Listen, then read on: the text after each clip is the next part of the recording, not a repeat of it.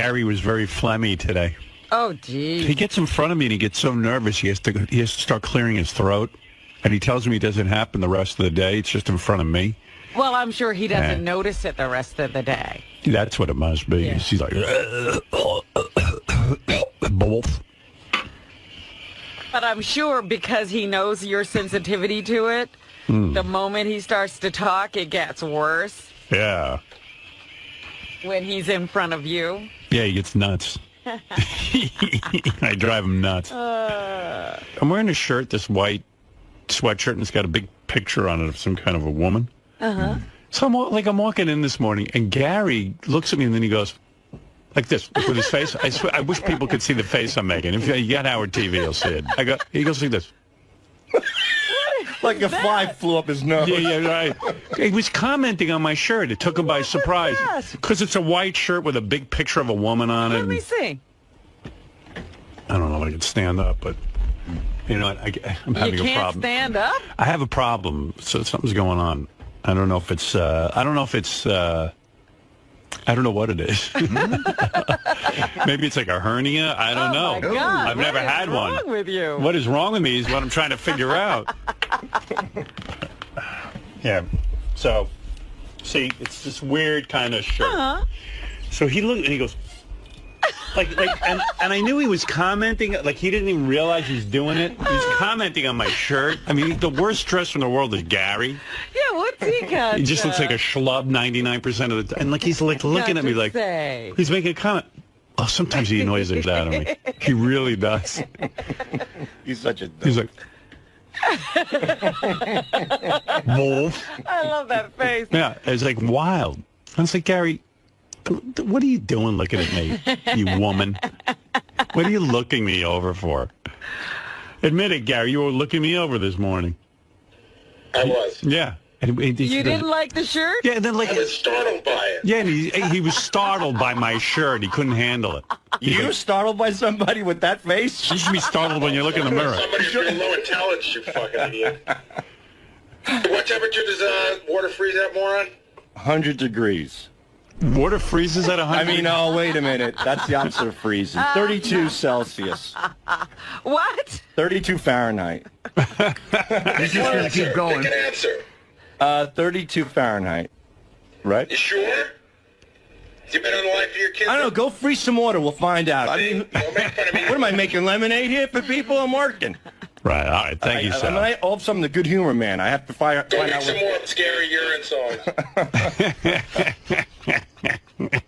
He's like... Wow.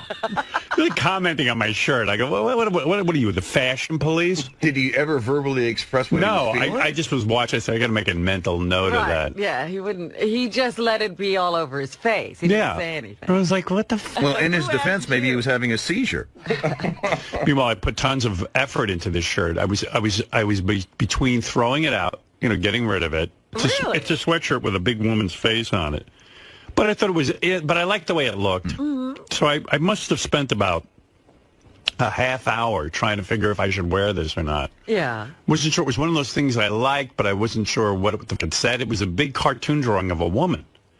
And I went like, what's it saying, this shirt, really? But I liked the shirt, so I went with it. Go for it. But then I'm walking in, and all of a sudden Gary's like... and like all confused. He's I'm confused. I'm startled by your shirt, Wolf. What's so startling? I wouldn't even know what shirt he's wearing. I'll Skype you my shirt every morning so you can approve it. I'm pecking away with those fingers. All right, so we've been on for 17 minutes and you've hit me twice. Yeah. What else? What else? I'm not done with you yet. That's what else. When I'm done with you, then we'll hear what's else.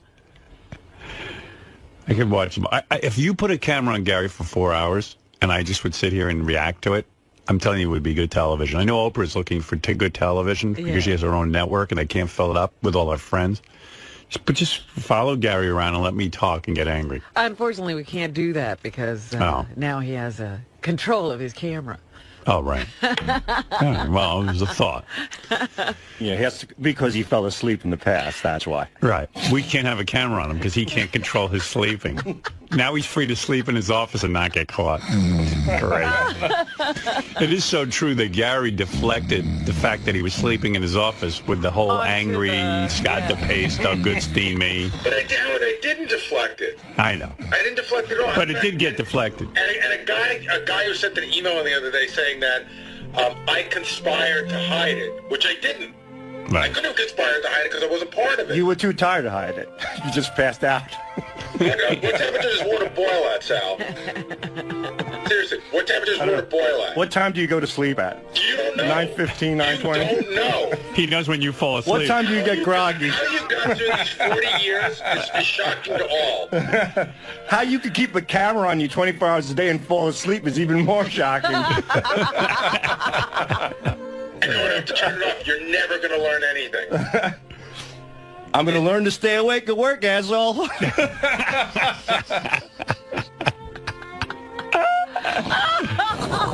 Reese's, cookies, chicken at the table. But the boys have to get there? Chicken pots first. Off the shirt. Gary's wearing a Jets t-shirt. You'd think he was Mark Sanchez. He's dirty, Sanchez. Oh, with that mustache? Oof. All right, thank you. All right, have a good one, I guys. don't know how Gary got beaten up in I this. know. He really got it. Got it. Oh, Sal's the retard. Yeah, talking about Sal the retard for a second. So this was mind-blowing to me. Like, and I don't profess to be the smartest guy in the world. I'm missing huge chunks of my education, and I should know a lot more stuff. In fact, you know, I might be borderline retarded, but this was unbelievable. He's on the wrap-up show, and I don't know, Gary and Sal are going at it. And so they ask him various questions, and like, I'm just shocked. I was shocked by this one. This one blew my mind. Because Sal, how old is Sal? Do you know? 40? 40-something-ish? Who succeeded JFK after he was assassinated as president? That's a great question. Was it Roosevelt? Which Roosevelt? Franklin D? No. Oh, my Very famous photograph of him being inaugurated on the plane in front of JFK's coffin on Air Force One while Jackie O stands by his side. I should also add, you guys asked him this before. Not Eisenhower, right? No, I mean, I thought Roosevelt was the one that wanted, there was a theory that he wanted Kennedy killed. Well, there's two Roosevelts. There's Teddy and there's Franklin D. I'll give you a hint. It's neither Roosevelt. Truman. You've seen What about Eleanor. Truman? Hold on. What about Truman? All I'm saying is that the Truman. person who became vice president, it's either it could be Eisenhower. The guy was vice president. You want a hint? You want a hint? Yeah. From Texas. That's a great hint. The person went on to be president, finish out the term, and then won an additional term. Nixon? Dude, you've named every president in the vicinity but the guy. He wore a cowboy hat a lot of the time. I didn't even know we allowed people from Texas to become president. Very common last name. It's his last name. His last name. Why wouldn't someone from Texas be allowed to be president? Don't ask you know stupid how we questions, feel about them. Where's wrong? They're bigots and whatnot. And Everyone in that's how Texas? people from the north look at people from the south. You know, we do. I don't care what anyone says. It's just... It's like a slang name for your penis. I'll tell you what. I'll give you the initials. Dildo? I'm gonna go initials now. We can give him the first name. No, we're gonna give you initials. LBJ. Lyndon B. Johnson. There you go.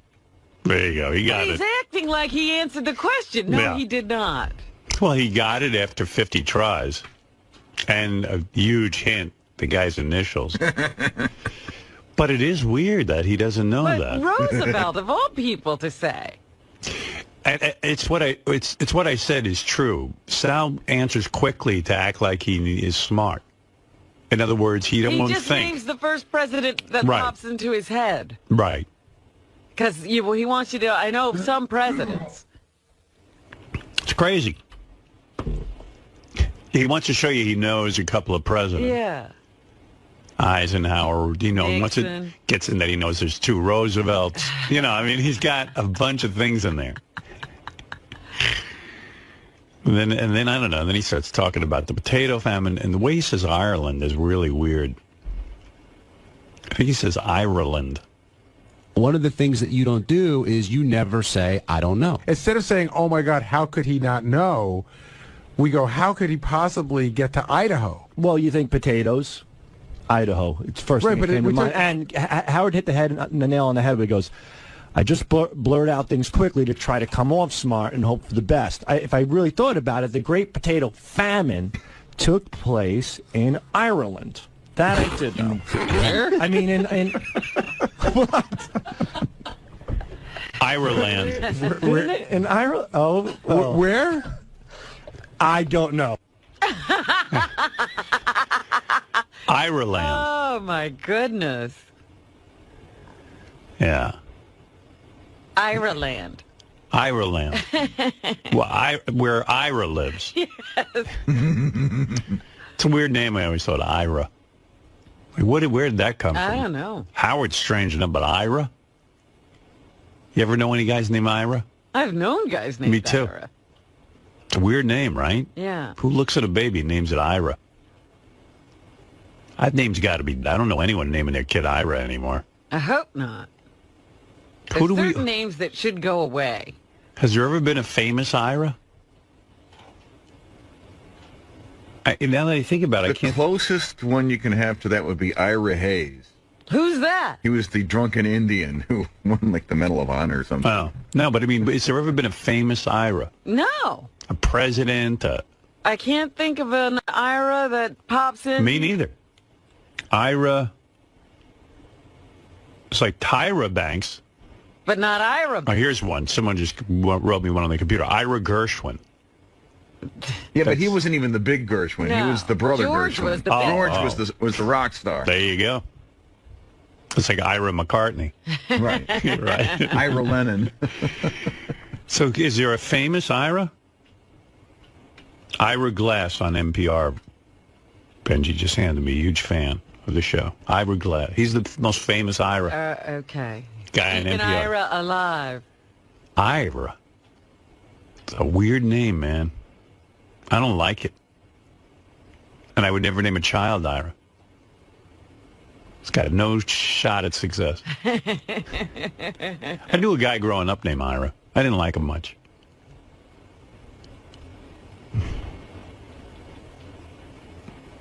For a girl, there's Iris. I knew a girl named Iris. Yeah, but that's a flower, you know. Yeah, I could deal with that. Makes sense. A flower. Ira. Ireland. Anyway, there was one more clip of Sal from the wrap-up show. Let me finish that, and then I can get to some of your phone calls. There's certain areas that I don't know about, and everybody has their weaknesses. But the thing is that because I'm sectored out, and that's fine. This is the show. Oh, And that's what it was. Sectored out. Sectored out. What does that mean? I think he's meaning singled out, but he goes, because I'm sectored out, which there is no such term that I know of, sectored out. He talks fast and makes many mistakes. There's certain areas that I don't know about, and everybody has their weaknesses. But the thing is that because I'm sectored out, and that's fine. This is the show, and I get it, and anything I can contribute is fine. But Now the guys are reeling and snickering in the back because he said sectored out. I feel like I'm just lumped into the complete stupid idiot category over things that I just But don't Sal, have that's an not interest fair in. because But I feel stupid. But everybody it on makes the, me feel that way. Sal, everybody on the show is sectored out in one way or another. Yeah, they are absolutely. But I hate to have the stupid card. What is he trying to say? He's trying to say singled out. I think. I'm assuming. I'm not sure. Maybe No, he because, does mean sectored out. I don't know. What can I tell you? I don't think he means singled out. I don't either.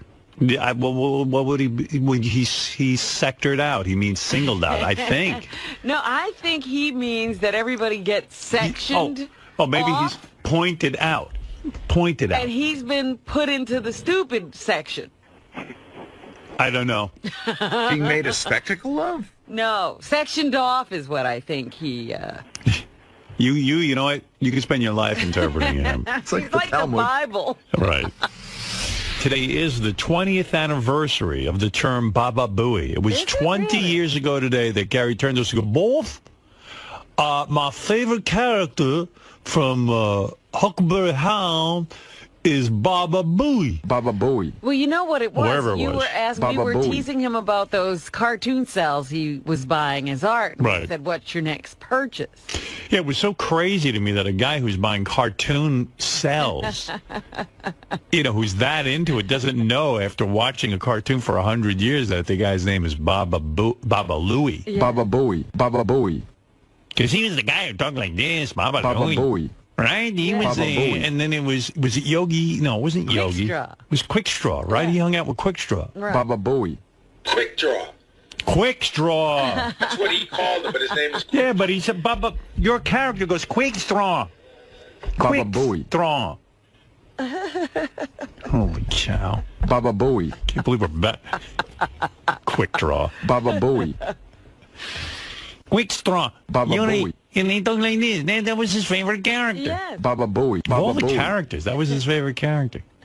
I don't even think I had a Quick draw. Quickstraw. That's what he called him, but his name is Yeah, but he said, Baba, your character goes Quickstraw. Baba Booey. Quickstraw. Holy cow. Baba Booey. Can't believe we're back. Quickdraw. Baba Booey.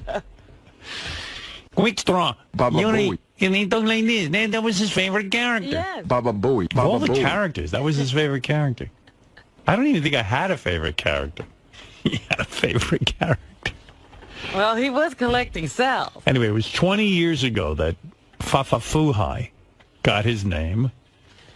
And if you remember his quote at the time, he says, you know what, make all the fun you want of me. Because you know what, on this show, in a day, you forget about everything. He was Baba I Booey. think I actually said, I think it was like 6:30 in the morning, and I go, fine, Jack, have fun. This will be over by 8:30.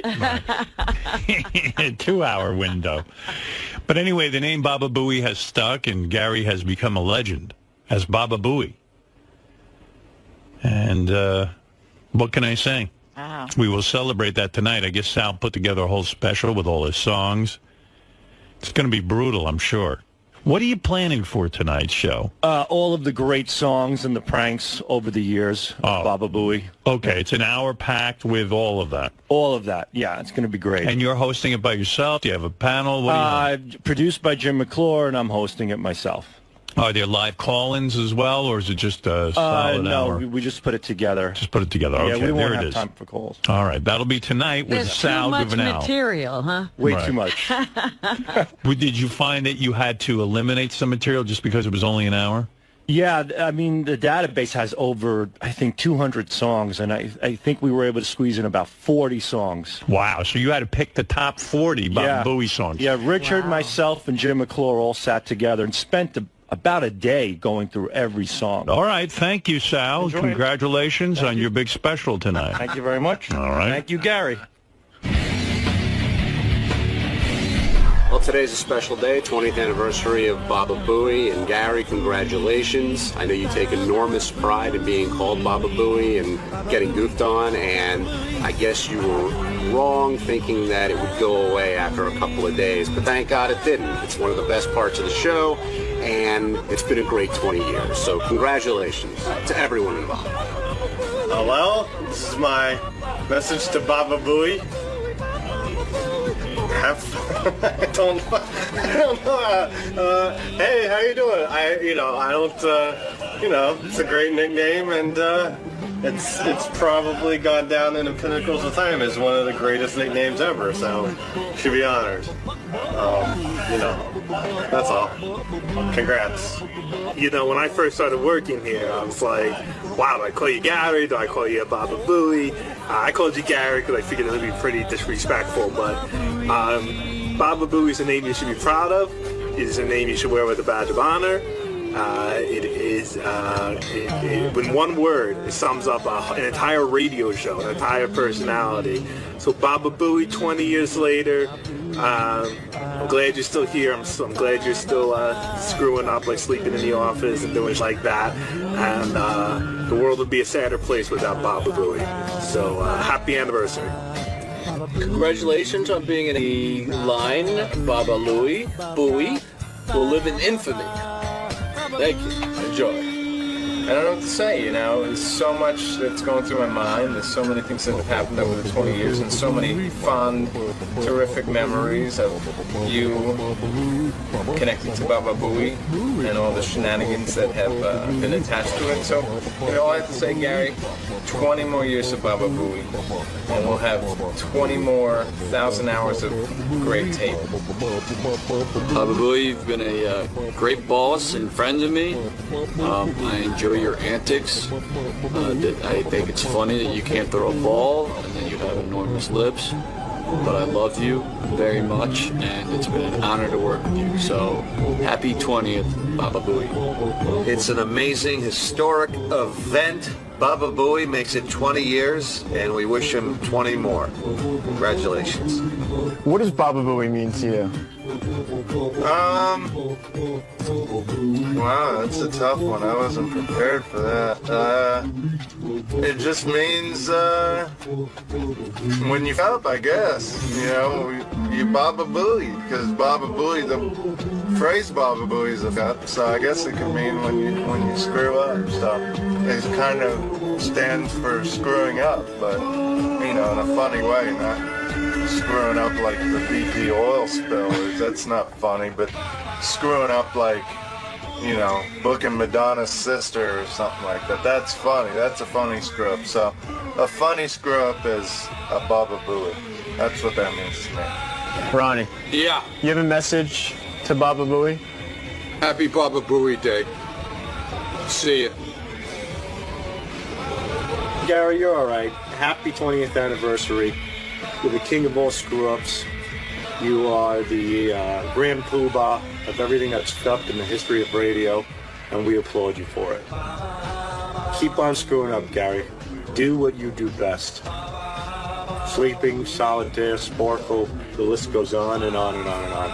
And if it weren't for you, I wouldn't have a job. So, congratulations. You're a good guy. Or a good monkey, whatever the hell they call you these days. Gary, so it's been 20 long years since you've been Baba Booey. Yes. What's going through your mind? Nothing. I think it's a bigger anniversary for everyone besides me. I mean, yeah, it's been around for 20 years. I've been living with it every day, so I don't have to celebrate anniversaries. But I like it now. I've come to embrace it.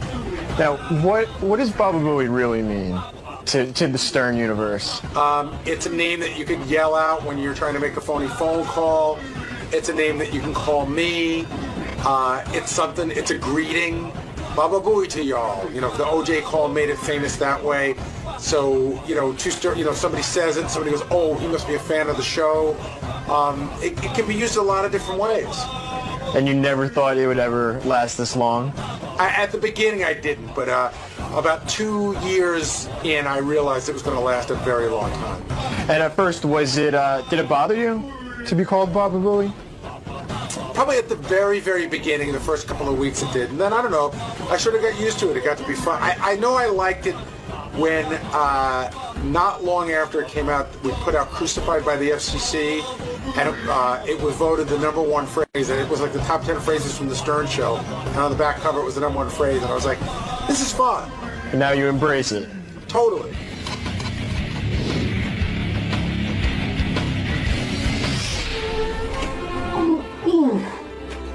I did a big 30 ball. Oh, hello there.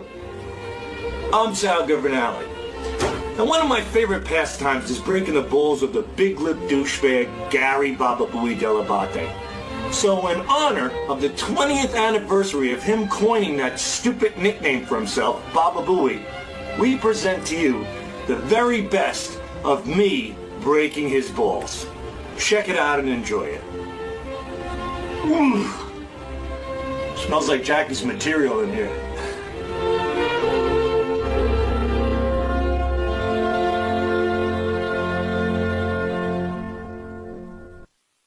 You're in control of the show. You can make the show move along. You choose to just let it drag on. Oh, he's going to get... Sal going to hurt Sal. Sal just put a bag over Gary's head. Howard, I know that you were on for a long time. He's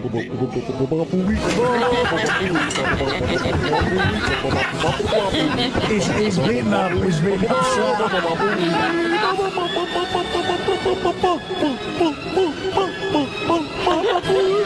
He's brushing his teeth with crap. Just sitting there picking his nose and looking at his watch.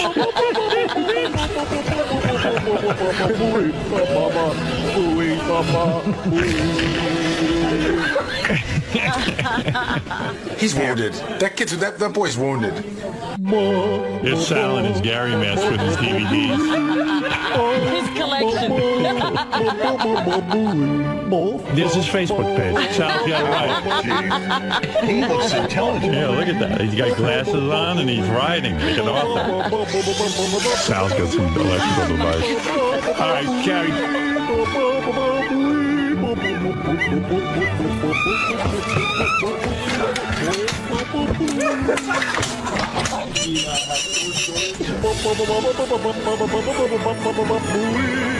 It's a giant toothbrush, Sal. He's going to help you. I'm going to go to the desert and count the sand. He has skills, but he's not organized. Look, there he is with his stickies. Oh, there's Gary going through the mail right there. There he is for There he Howard. found his magazine. There he is. He's back in the bathroom, Robin. There you can see him. Listen, I'm going to get down to the core of everything right here. Stop it, Sal.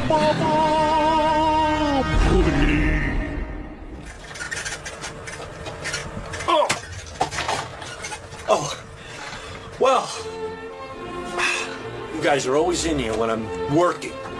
Anyway, I hope you enjoyed the Baba Booey special, and Gary, I wish you another great 20 years of screw-ups, scups, mess-ups, Reese's, McKinds, playing solitaire, playing Sporkle, sleeping on the job, eating pizza out of the garbage, getting the worst piece of chicken at home, and all the other stupid shit you do every day.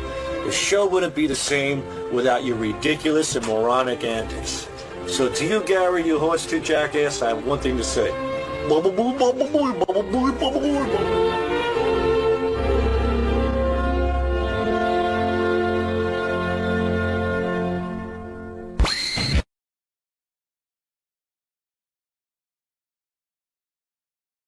And let me get to Stuttering John, because before you know it, LT will be here. Yeah, I really want to hear. Are we talking about the practical joke? Yeah. Stuttering John has played many practical jokes on Baba Booey. Mm-hmm. Let's see, the Gary, stealing of the Gary puppet. Gary took the Gary puppet to an appearance. Lo and behold, Stuttering John stole it, and I had told Gary, don't you lose that puppet, because I love that puppet more than I love you. Right, the puppet was pretty much new at the time, and very popular. you made it clear that you didn't want anything to happen to this puppet. No, I didn't. And now and John went and stole it, and Gary had a heart attack all weekend. On top of that, ever since the puppet's been a has-been. Right. And then John had a stockbroker call and say that I lost all my money. Right. Which was a real good one. And then, you know, I was feeling like, remember I called you on Sunday and said it's time to do this joke?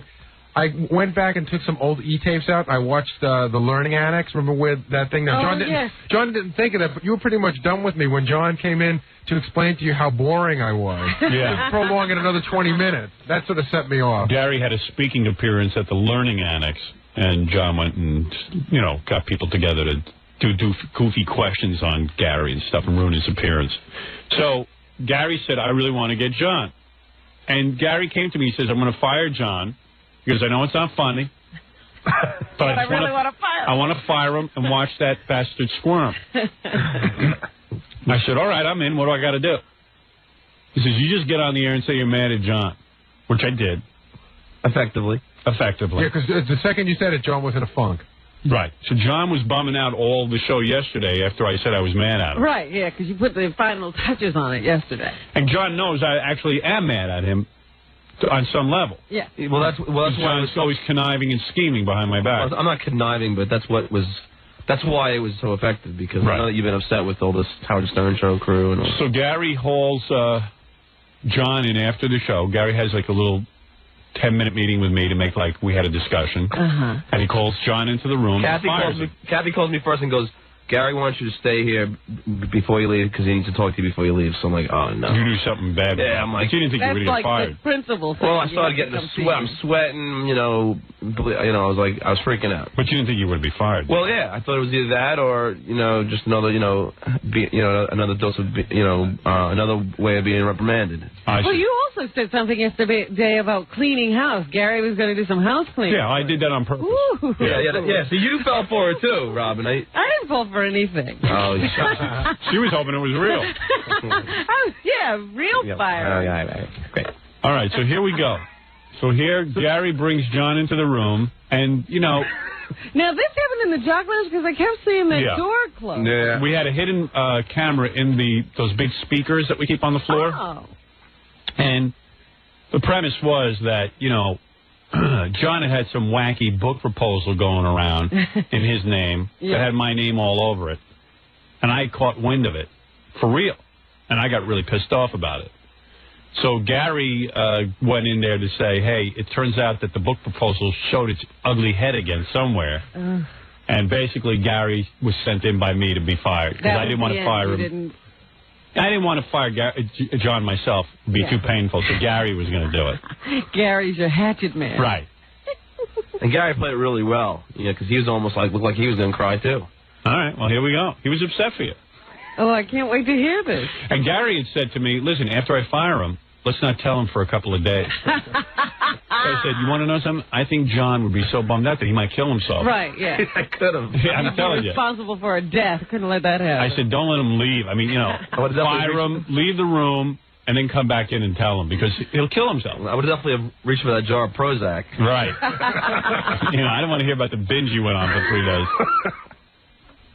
And afterwards, Gary walked into the office proud as a peacock. I got them both. Oh, it worked so good. I worked so hard, and there's always a chance that something can go wrong. You can see the camera, someone could spill it. You try to tell as few people as possible. All right, here we go. Well, I know Gary's been working up to this for weeks. I know, bothering me. I thought of this. Calling me every day. I thought of this the Friday before we went on Christmas vacation. And by the way, it's not even creative. It's like, hey, I'm going to take John in a room and fire him. I mean, and watch him get upset. No, it's not creative at all. It's not creative, but the setup has to be done right, and I did have to run the cable through the ceiling so the camera worked. Right. The only thing is, what's next telling me I have cancer? It's the only thing that could be worse. All right, well, we'll get to that.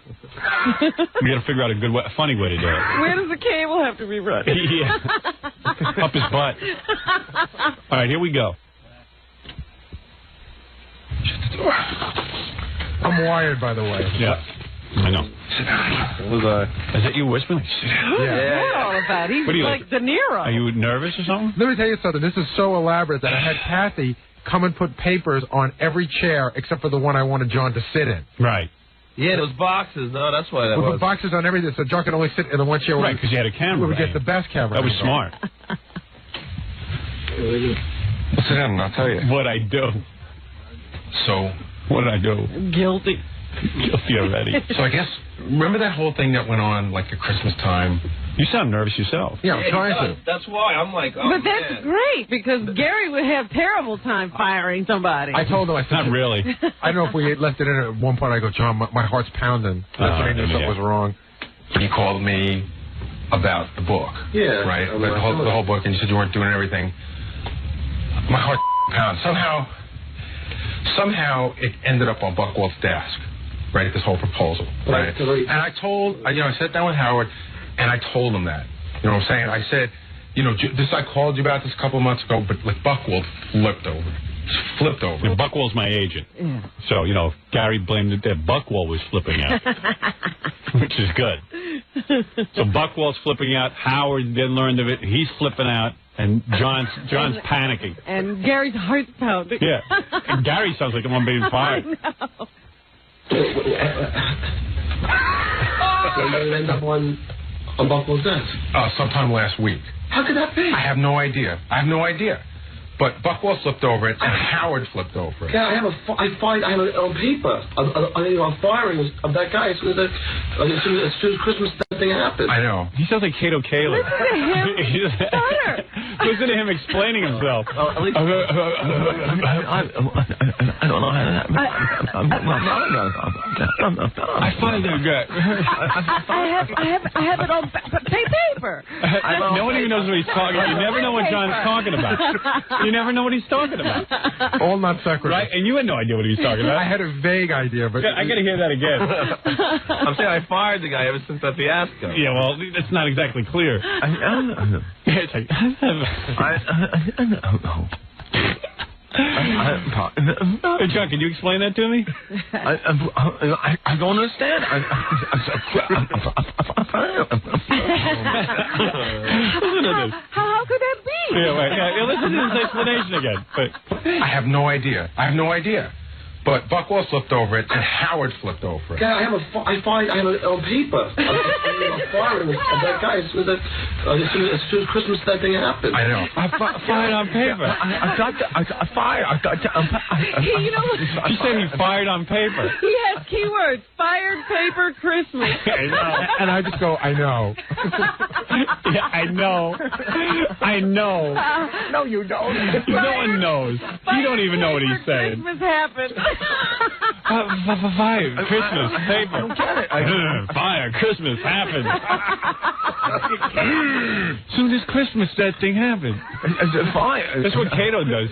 You know what? That's 𝗏𝗍. You know, why do people want to slam this 𝗏𝗍's head into a screen?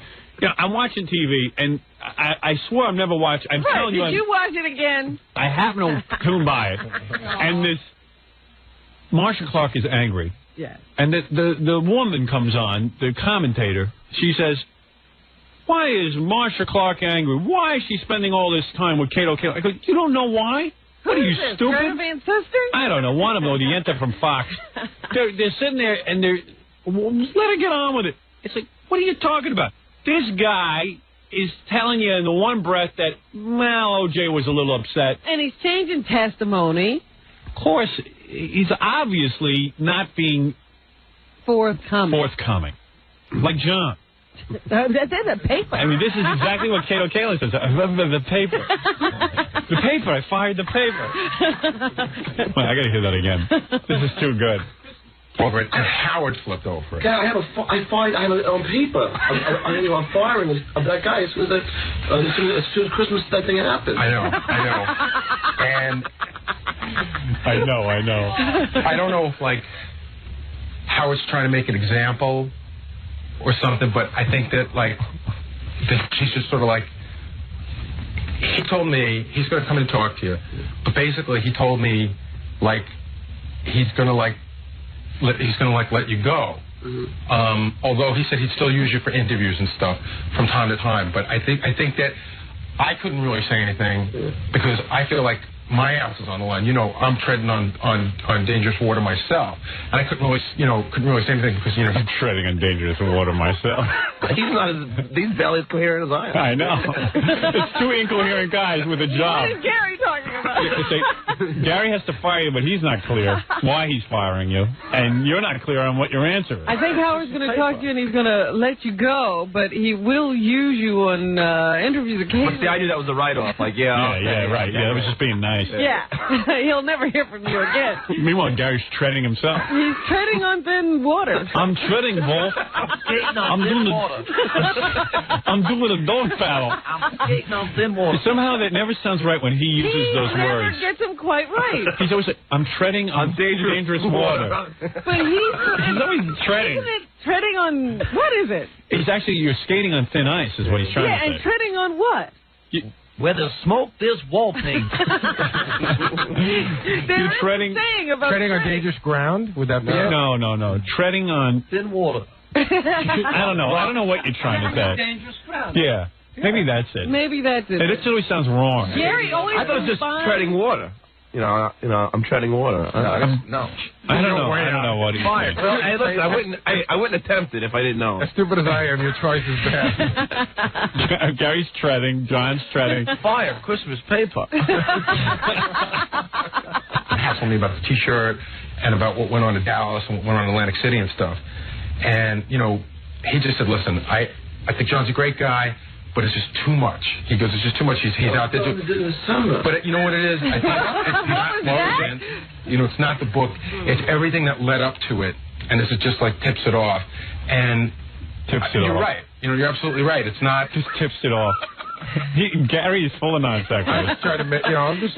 What are you trying to say there? It's a cliche. Tipped it over the edge is what I meant to say. Just tipped it. Just tips it off. I'm skating up thin ice, and this just tips it off. But I think that I think it's last call. Like we called him about that too. But he was really unhappy about that the way that turned out. I just think that he feels like we're all like hanging on his name and stuff. I can't. I mean, I'm flipped out because you're like one of my best friends, and you know, what can I say? And I'm going to be sorry to see you go. You know, I said, hey, you know, give him one more chance. And Howard's like, one more chance. You know, he's like, listen, he goes, it's not only me. You're a pussy. Why don't you just fire the guy? Yeah, why do you think you're going to come talk? Hey, let it Everything Howard. Well, because I'm not firing him. But if you ever have to fire him, you fire him. I will fire him. No, don't blame Howard. I want him. Let me ask you something. Why is he saying Howard's going to talk to John? It's all coming up, Rob. Why don't you listen to the end? Come on, give the guy a break. I just wanted to know. Because we're listening. Because at one point... It's part of his way of revealing. No. And at one point, Robin, be quiet. I'm talking to Howard. At one point, Howard was actually going to come and watch it on the monitor, and he thought he might come in. Yeah, no, this was a setup. All right. And also it keeps John hanging around. We didn't want him leaving. Don, they just feel like it's almost like as if you're dangerous, that you can't be controlled. They feel like everybody, you know, me and you and Gorilla and everybody's out there doing stuff, and it's just bumming them out. And I know he said he would send you out on some interviews, you know, possibly in the future. I mean, I think he's going to cool off about this. I don't know what will happen, but I know tonight he's not going to send you out on that thing. I guess he's going to send Grillo, and he told me to get a hold of Vic. Stuttering Vic. Oh. That's a clincher. I don't know what to say. I mean, what are you going to do? No, man. 7 years I've been here. His career. 7 years. 7 years. 7 years of my life. 100%. Bought it 100%. Yeah, he bought it 100%. See, Gorilla told me before I went in, like, you know, Johnny, maybe it's an April Fool's joke, but I said, nah, Howard wouldn't sit on the air and all that. This is definitely not an April Fool's joke. Right. I try to do everything. You know what the problem is? I mean, I could smell it coming for one of us. You know, I guess it's, I mean, it's always smelling stuff. I smell it coming because it was tipping it off. In the water. The water was when I was skating on thin ground. On thin water. It could have just as easily been me. Hold on a second. I know he wants to come down. I mean, he doesn't want this to be hard feelings, so he wants to come down, and he's going to come down and hang, you know, just like. That's me faking out of dialing the phone to get him to come down. Yeah, we're in the guest lounge. All right, cool. He's going to come down. He just wants to, like, you know how Howard is. He doesn't like confrontation, but I think he appreciates what you've done over the years. Not really. I think he wants to, you know, I think he just wants to give you a good send-off. Well, listen, if I were you, I'd be cool. And, just shake his hand. It'd be cool because don't slam any doors. You know what I'm saying? He's going to trash me in the air. And at some point he's going to have to discuss it, but I don't think he'll hammer you. I mean, he'll just say, hey, you know what? We did our time together, and it just, became a part. I mean, one thing Howard's really cool about, he wouldn't trash you because he knows that you're going to try to go out there and make a living and stuff and do something. Maybe you can hook up with Conan and get rid of that guy that's All right. I'll be back in 2 seconds. I'd rather not work. So now I leave. Yeah. Right, and then I come back and I tell him that you don't want to talk to him. Oh, good. Okay. I'm sorry, man. Don't hold this against me. No. So I walked out and then I come right back. He's getting fired from a job he makes no money at. And he's bummed. Yeah. So he was going to come down, but he's not going to come down. He said, but he's not mad, you know. I just don't have time to say goodbye. I swear to God, I tried to do everything. I didn't. want to do anything, you know, at all. I mean, this. Well, how are you? I mean, you're in pretty good shape, you know, financially, right? I mean, I know you're in an apartment and stuff, but I mean, you're doing okay in the stock market and stuff. Not really. After this fiasco, I don't even have. The only guy we have is Adam. Right. What do you say? He said the only guy we have is Adam. We just had some trouble in the stock market. John and I this earlier. This is all perfect. Everything's going on here. John just took the hint, so that's not working out. Even his stock market isn't working. Yeah, and my brother, I was with my brother all week, and he was yelling at me for paying too much for an apartment. So it's like all just coming in my head, like, oh no. Right. Like, now I really screwed up. Right, but I mean, you know, the little money you had from this show is not even coming in. And you still have the deal. You still have the other record deal, right? You got the publishing deal and stuff. You still got all that stuff. That's done now. That's just they give you one advance. But I mean, you're going to do another record, right? I don't know. Depends on when. You know. And now he's not. He's not on the show. But I'm telling him at least you got this, and he doesn't have any of it. Yeah. So it turns out he has nothing. But now, I mean, he's down to mumbling. At this point, I'm in the fetal position. Really? Yeah. Oh, man. I can't wait to watch this on the Edie show. Because I started out sitting up, and I slowly, cowered. I don't know, man. My clothes are rented, man. All of a sudden, all the truth, the ugly truth comes out. It's not my own teeth. It's all a pyramid scheme. And it's all crumbling. I don't know, man. It's just, I really try to do everything by the book. I went up to him, I talked to him, he told me don't do it. I called them, and they sent me some proposal. I told them, do I call him? I said, dude, you can't do. Sent them a letter firing. I still have I have a letter firing the guy. You still have the letter? Yeah, and I don't know how this could have happened. I don't know how that could have got anywhere. I have a letter firing the guy, and then I called you that weekend and told you what had happened. Right, that was like Christmas. And I called Robin. Remember, she freaked out on you. And then you talked to Howard, and then he said, we'll talk, all right, and then... What do you think Karen's going to say? She's going to be bummed out? Goodbye. Goodbye. It's so long. I'm not your girlfriend anymore. Might go with the show. Yeah. Do a Grillo. Yeah, I'm dating Grillo now.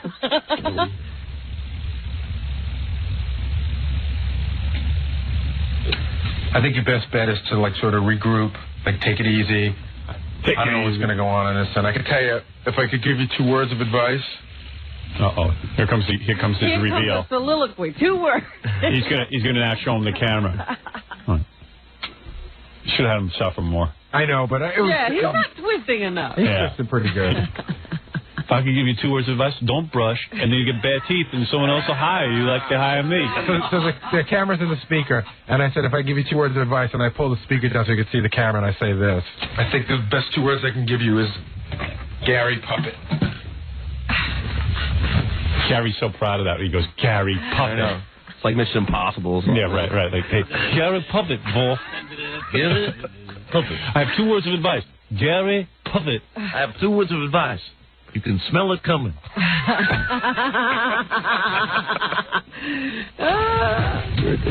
No, you're a dick. You're a dick because you got twice. And now you know what it feels like to be a dad. Hey, Glennis, you know what? We're done. Great joke. Great joke. I mean, I'm not going to hate you for the rest of your life like you hate me. Come on back here. Come on. I've been planning this since Christmas, and I wasn't even gonna do this to you. And then, after you stole the puppet, I was thinking of a way to get back here. I wasn't even gonna do this to you, and then you did the thing where I lost all my money. Now, what thing? With the stockbroker. Sit down, man. And I didn't leave you hanging all week. We were going to leave you hanging for a day. Howard thought that was too cruel. So I let your entire misery lasted 10.5 minutes. No, my entire misery started around 9:30. But okay, all right. My entire misery was an entire weekend long. You were still in shock, weren't you? Yeah, I couldn't snap out of it. You weren't even sure if you were fired still. Yeah, I was in like a cocoon. All right. It still doesn't sound happy. No, not at all. Now I don't know whether to get your job back. You don't need to celebrate. I don't know whether to hate Gary or I don't know how to handle it. Yeah. You don't know what to say. Because Gary immediately goes, okay, now we're even. And we're never playing practical jokes on each other again. And I know John's already planning his next got something up his sleeve. Well, I already got another one for John. Because John came down with me yesterday and said, guess what I'm going to do? And he already told me his next one, and it's awful. It was the one that I refrained from doing because I thought it would be too cruel. Yeah. Well, I got another one for you. I was going to get you with 2 since you got me with 2, but I let it be. Right. He has another one planned on you, so. An awesome one. Yeah. He's going to get to the point where they'll be shooting at Yeah, right. See, Gary hired a hitman to come kill you. But it's only a goof. And then another whole day when I thought I lost all my money. But it was Gary. What's wrong? Chucky's idea to Gary Bucket. But isn't this funny? It's beautiful. It's perfect. It's perfect. And then what? And then what? Is that it? Are we done? Or now you got to get me back? No, I mean, my next one's going to be on Scotty. You already know. Okay, but you done with me now? Is that right? You got one on Scott coming up? Yeah. The cruelest of all. Really? Shh, don't say it. I want to hear it. Of course, he won't be looking for it now. It wouldn't matter. What's funny to me is Scott will have to dub it off, whatever. Yeah. Scott will have to make a copy of it so it'll be ready for the air. I got to take a break.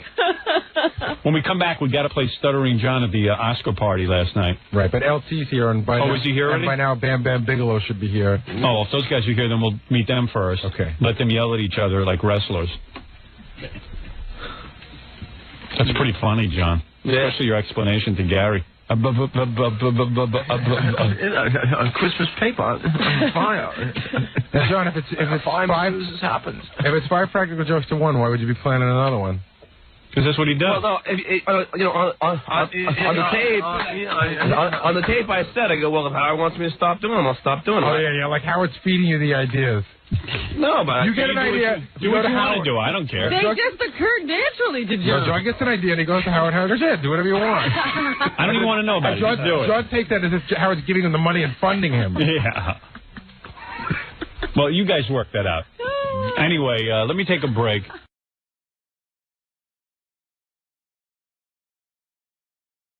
You're on the air. Howard. Yeah. Yo, what's up? I got a question for you. All right. How long do you think it's going to take before Gary quits the show or he gets himself fired? Well, I don't think Gary will ever quit the show unless he has... How's he going to get himself fired? Yeah. No, his wife's going to give him an ultimatum and he's going to have to take it. It's really funny. When Gary was walking down the aisle... Yeah. I really have only met Gary's wife twice before, and each time, I don't know why, I just didn't really take mental notes of what she looked like. I don't know why. But when she came walking down the aisle, I said, whoa, look at this. Well, we all turned around and said, who's she marrying? I mean, this model was walking down the aisle, and I'm going, you never saw a funnier scene. Gary's about 4 inches shorter than her. Yeah. And this model is walking down the aisle to marry Gary, and I said, I've been pretty good for Gary. Right. Absolutely. There's no way Gary 𝗏𝗏𝗏𝗏 would have been marrying this woman if it wasn't for me. Absolutely. I am responsible for his wife. I got one more He looked like, you know what he looked like? He looked like her pet. A chia pet. A chia pet. Oh, right, Fred? Seriously. Oh, Fred turns to me and goes, he looks like her pet. Oh, I was looking for the leash. Oh, man. It was unbelievable. Pocket full of peanuts. But she looked incredible. Did she dye her hair blonde? She streaked her hair or lightened it in some way, yeah. She looked hot, man. I wanted to eat her up. She was wearing like a wedding dress with a mini skirt underneath. Mm-hmm. A mini. Mini. Boy, I thought your wife looked hot, man. Didn't she? Yeah. Man. I thought you looked, it looked like I got to say, and I don't mean this as an insult, but it looked like the biggest mismatch of the century. In history. It really did. In history. And I kept saying to my wife, I said, he got that wife because of me. That's my wife. My relatives were asking, how you got her. We're saying to her, what are you doing with him? Yeah. I even walked up to her and I didn't really know what to say because I think sometimes Mary might not like me because, I'm always making fun of Gary on the air and everything, but I try to explain to her that I really like Gary. I Well, I do. I do like Gary. Gary knows that. No, I said explain to her. I don't know that you have ever talked to her. No, at the wedding I did. I tried to explain it to her. Oh, is that right? Because I'm sure there's some animosity. That's her man, you know. After all, she sees him in a different light than I do. I still see him as a boy. I can't see her seeing him as a man. Me neither. I thought it was like a total goof. I looked at that. I said, she needs a man. Yeah. She needs a real man to marry. First of all, she's 4 inches tall, so I walk up to her like in a lummox and say, you know, you're taller than Gary. Oh, no. Like she doesn't know. Yeah, how. I know. Did she tell you I said that? Well, no, but, you know, it's funny. The photographer earlier in the day kept, on all the pictures, they kept asking her to, like, move her legs apart so she would get shorter. No, that's to get ready for the honeymoon. I didn't care. You know, they wanted to try to, like, you know, set it up so that I would she be was taller. wearing a bit of a heel, but not much. No. She's taller than Gary. Yeah, That's all there is to it. She's 2 inches taller than me. I said on the wedding cake, I wonder if they had a little Gary and a taller bride. I know. Because it's kind of weird. Like, I'm looking at her, I go, she should be married to me with that kind of height. How tall is she? She's, I think, 5'10", a little over 5'10". That is I didn't realize she was that tall. Yeah. Boy, I did, and it was great. I've seen her before, but it never occurred to me that she was that tall. I'm always looking up at her. The only way you got her, seriously, you got to admit, maybe you don't want to admit this on the air or not, but you got to admit, you never got women that good looking. No, you're right. Yeah, I know it. No wonder that's the best looking girl he ever went out with. No wonder he married her. Right, now I know why you're getting married. No wonder you're pulling your pants up at the bachelor party. Hey, I don't want anything to go wrong.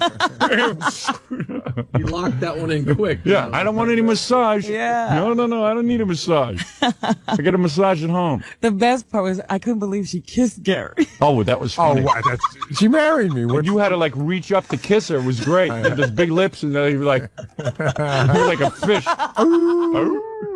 That was hysterical. But there's so many details to go into about the wedding. But why don't we take a break, and I'll come back and we can talk about it. All right. Gary's big moment. And Gary's going on his honeymoon next week. Well, did you turn over and say, hello, Mrs. 𝗛𝗏𝗍? Oh, Mrs. 𝗛𝗏𝗍, I love you so much. Listen, I'm the first one to call you Mrs. 𝗛𝗏𝗍. Were you there? Were you in the room? I can't believe it. Say it again. Mrs. 𝗛𝗏𝗍. Gary 𝗛𝗏𝗍. Mrs. Gary 𝗛𝗏𝗍. What a ring. She's the one who kept saying she's so proud to be my wife, and I didn't prompt it or anything. Really? Yeah. I'm so proud In your bedroom. This is what was going on? You know, it's I'm so proud to be Mrs. 𝗛𝗏𝗍. This is so amazing. You come here, and then you go there, and it's a great, it's a great thing. You go home, and it's like a whole new world. You're a king. Somebody's proud of me. Yeah, right. I come here, and I get the 𝗛𝗏𝗍 name. You're a king, Gary. King 𝗛𝗏𝗍. King 𝗛𝗏𝗍 of Uniondale. Uniondale. I'm 𝗛𝗏𝗍. Hell, 𝗛𝗏𝗍. Mrs. 𝗛𝗏𝗍, boff. It's like music to my teeth. All right, let's take a break. So just how did you explain to Mrs. 𝗛𝗏𝗍 your treatment of her husband? No, I didn't. I just, I went over and tried to sort of awkwardly say, that I wish them the best. And then I said, hey, you're taller than Gary, aren't you? She said that whatever you said to her, she said that you were very nice and very sweet. Yeah, well, I am very nice and sweet. That's the point. Even to you here. Yeah. And she better I'm just trying to help you so you can do better on your job. That's all. Job training, it's called. I noticed when the priest said, repeat after me, Gary was right there. That was our favorite part. I heard you guys laugh. Oh, man. The priest goes, first of all, it was hard to hear Gary take his wedding vows. Yes. Well, it was easier to hear him. Yeah. The than priest it was goes, the priest. Well, the priest goes, repeat after me. Baba Booey, Baba. No, he didn't say that. See, the premise Baba of the whole Booey. thing, the priest explained it. Yeah. Is that he wears a little microphone around his neck. Right. And that he said that he wants to say it really low so that we say it loud so that it's really us that the people are hearing. Yeah, but we couldn't hear you guys at all. Well, I yelled pretty loud. Mary's got sort of a soft voice. Yeah. I heard Gary. You In did? sickness and in health. Sickness and in health. Did we get the tape of so Ganji's job was to hide a tape recorder underneath that little thing so that we could get your vows on tape. And did he get it? He screwed that up. Of course. Is he here now? I said, you're going to handle it just the way you handle the cue cards. He goes, no, I'm not. I can do it. I go, I said, you're going to screw it up. I hear He the thump swore of that his he feet was going now. to redeem himself with this. Hey, here's the elephant feet right now. The tape recorder was about 5 feet away from them. Not even. 5 feet ain't gonna Not do it, pal. even. Well, you know what it was? It was a little micro cassette. Yeah. Well, that's all I was ridiculous. You put the tape recorder on the altar? Yeah. I had it like right by the altar. Right by the altar. First of all, he was going to hold it at his seat. I go. No, I wasn't. I was waiting for an opportune time to sneak up front. You could have put it right Without next to a his parents. speaker. Yeah, but in the back. But that wouldn't pick you you weren't up. Mike. No. You guys weren't Mike. Yeah. We got all the priests, which we did anyway. We have the priest and we have everything else except him. Well, I have the video coming. That should have some of the audio on it. Ganji, you should have hit it in your bra. Actually, we should have hit it in Mary's bra. Then we would have gotten good sound. I was gonna pay the altar boys, but there was none. I was gonna and have them hold it. But Good job. So we don't have Gary's vows, huh? you know what? They're on the tape, but so slight you can't even hear them. When you hear sickness and health. I really picked that up. And sickness. I was dry. Come on, I was very nervous. I was very dry. So we're at the wedding, right? I just want to skip ahead for a second. Jackie was wearing sneakers. Yeah. And a suit that didn't fit. Real class. What was that suit? I don't know. Where'd you get that, Jackie? Was that your Spotlight Cafe suit? Gary helped my wife buy that for me. Was that true? What do you mean? It's too small or too big? Too big, I think. Well, it fits perfect. No. But the What do you pants were a guys little- know? I thought the pants were a little baggy, no? That's how they come, That's the I look. think. Yeah. What is it, like a It's silk. pantaloon? It's silk, but Jackie, Oh, that's a silk suit. Jackie lowered the Pants. waistline. Oh. In other words, it used to go up to his navel, now it just goes. Oh, under maybe you pushed it down so Under it would the fit. belly, Under yeah. your belly. Under In your fact, belly. I had it way up. You know those stupid little button extenders that they sent us the other day? Yeah. I was wearing one. We're on our way over in the limo. I said, Nancy, look, I opened up my coat, and it's a stupid little... There's this really cute thing that this guy sent over. I thought it was pretty cool. It worked great. It's a button extender. Did you see it, Robin? No. It's for guys on your pants. You attach it to the button on your pants. Right. And then it gives you another 2 inches on your pants without having to go out and buy new pants. Can I get one of those? It's I forgot the guy's name. I was going to give him a plug in some novelty store or something. You have it at home, actually. Yeah. I brought a whole sack of them home. I'm going to use them. But every once in a while, you know, when Jackie was sitting down, he said, "Oh, Jackie looks nice in a suit," and then he'd stand up, And he had his sneakers on. and it would look like a clown outfit. Yeah, right. because Because he of had the his sneakers on. I was surprised. And then I said something to his wife. I said, "Hey, Jackie's got sneakers on." She goes, "What are you wearing?" I go, "Hey, Nancy, I'm just saying that I'm Calm surprised down. that Jackie wore it." She goes, "What are these, fringe on your jacket?" I go, "Okay, all right. So put me down. All right." She was like battling. How dare she put you down when you're trying to put me down? Yeah, right. You know, I'm in the middle of trying to put you down. Because your wife looked nice in her 𝗦𝗵cie𝗄 outfit. Boy, Jackie's making some heavy money now. She was wearing 𝗦𝗵cie𝗄. Yeah. How do you know that? Because I know it. You recognize that? Yeah. That's a 𝗦𝗵cie𝗄 outfit. I never even heard of that. Am I right, Jackie?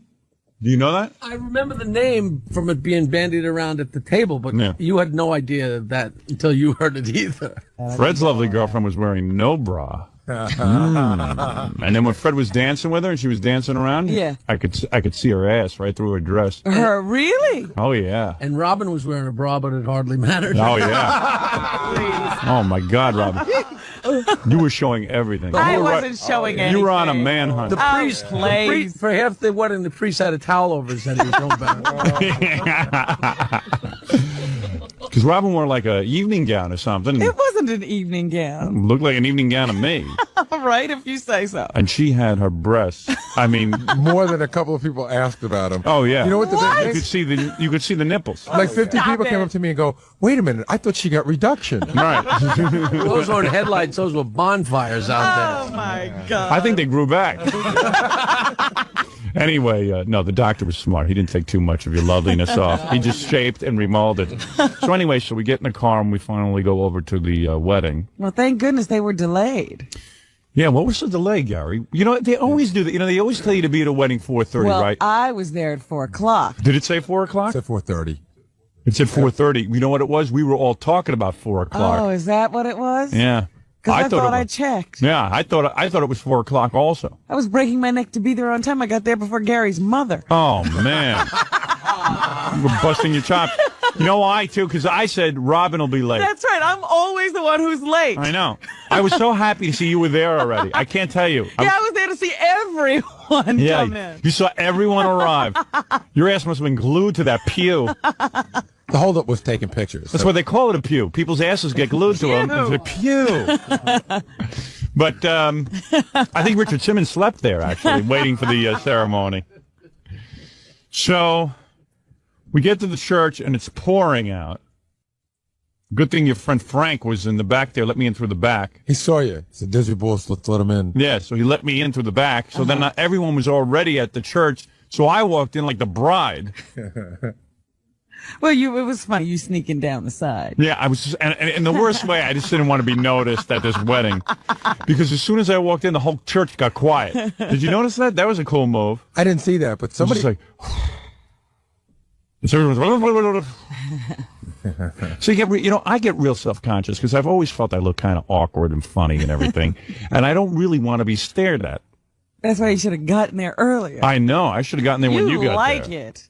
No, I don't. Oh, yeah. Well, why always make these entrances? Well, I'll tell you one thing. You know I'm normally early on time. In fact, the Joan Rivers party, you know, I was there greeting every guest along with Melissa.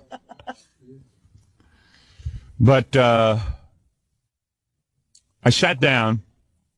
Next to Jackie and his beautiful wife, Nancy, who I thought looked very lovely. She looked good, huh? Oh, she looked real good. And plus, Jackie was a sloppy drunk, so I figured she needed a real man to step in.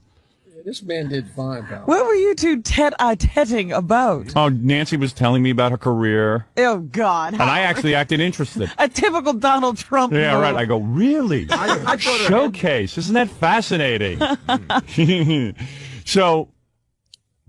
I sat down next to Jackie and Nancy, and we sat there and we began to wait for this wedding to begin, this Gary wedding. And even after you got there was a long wait. Oh, my God. What was the delay? Was the priest late? Or no, we were taking pictures. Yeah. And we just got held up. Why didn't you take pictures? You know what you do now? Now the big thing is to take your pictures the day before the wedding. I'm not going to put on a tuxedo. And it just seemed ridiculous to do it the day before. I see. We thought we had time, and apparently we didn't. I see. So you saw the bride before the... Yeah.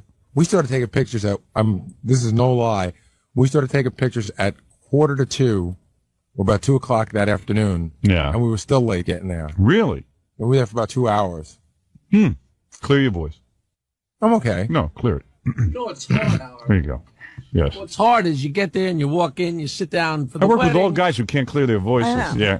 But you sit down there and you can be into a whole reverential thing. But when you're sitting there for 20 minutes, the jokes are coming to your mind, and we started goofing. Yeah, you know Yeah, they should have just started the service because we all started goofing around. Because once in a while you'd say something to me, and then I'd have something to say back, or you'd say something, and like we'd make a motion like, don't even tell me, because you can't get it going back and forth. But Jackie was cracking jokes through the whole... I was laughing hysterically through the whole ceremony. I couldn't even get into the reverence of the whole thing. And then Jackie would crack a joke, then I started to crack one back. Jackie would go, no. No, you got to be a good boy. I have to be good. Jackie's no, because I know how hard...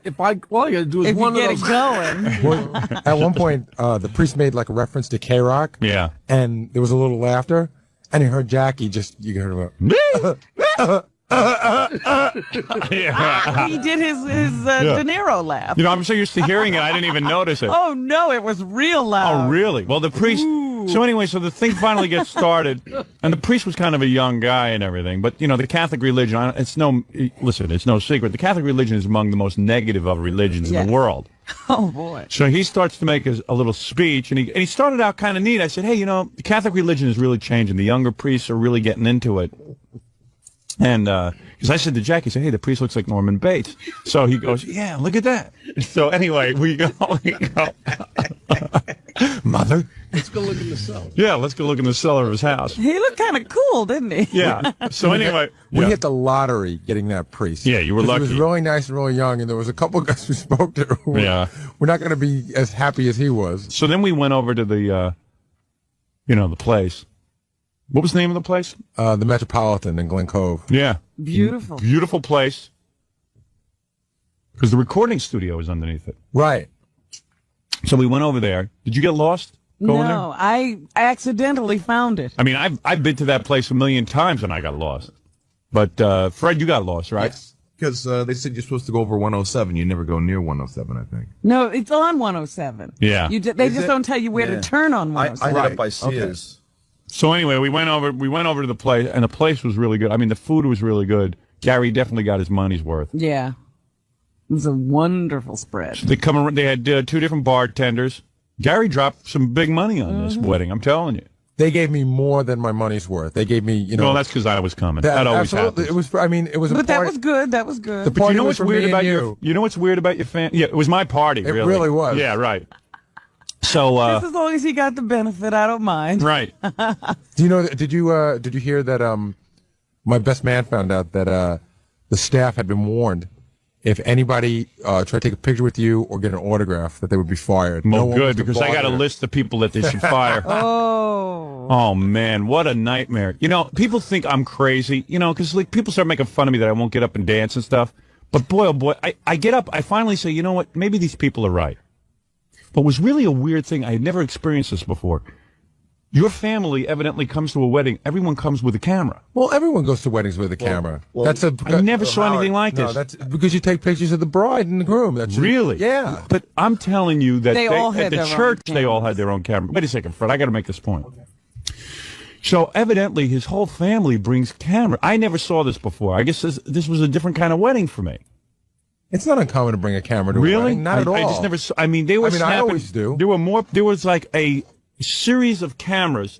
So whatever I would do, if I would sit at my table, I'd be okay. As soon as I got up, even if I hugged somebody, the cameras would just start going up. Yeah. So at one point, I'm sitting there eating hors d'oeuvres, and one of Gary's aunts or something, or friends, she starts photographing me, but doing a whole series of photographs. I said, I'll try to ignore it. Yeah. So I'm starting to eat and everything, and they're coming around with great food, like they had grilled. Did you taste the grilled swordfish with the pineapple? Great. Yeah. I recommend this place highly, this place in Glen Cove, where Gary had the wedding.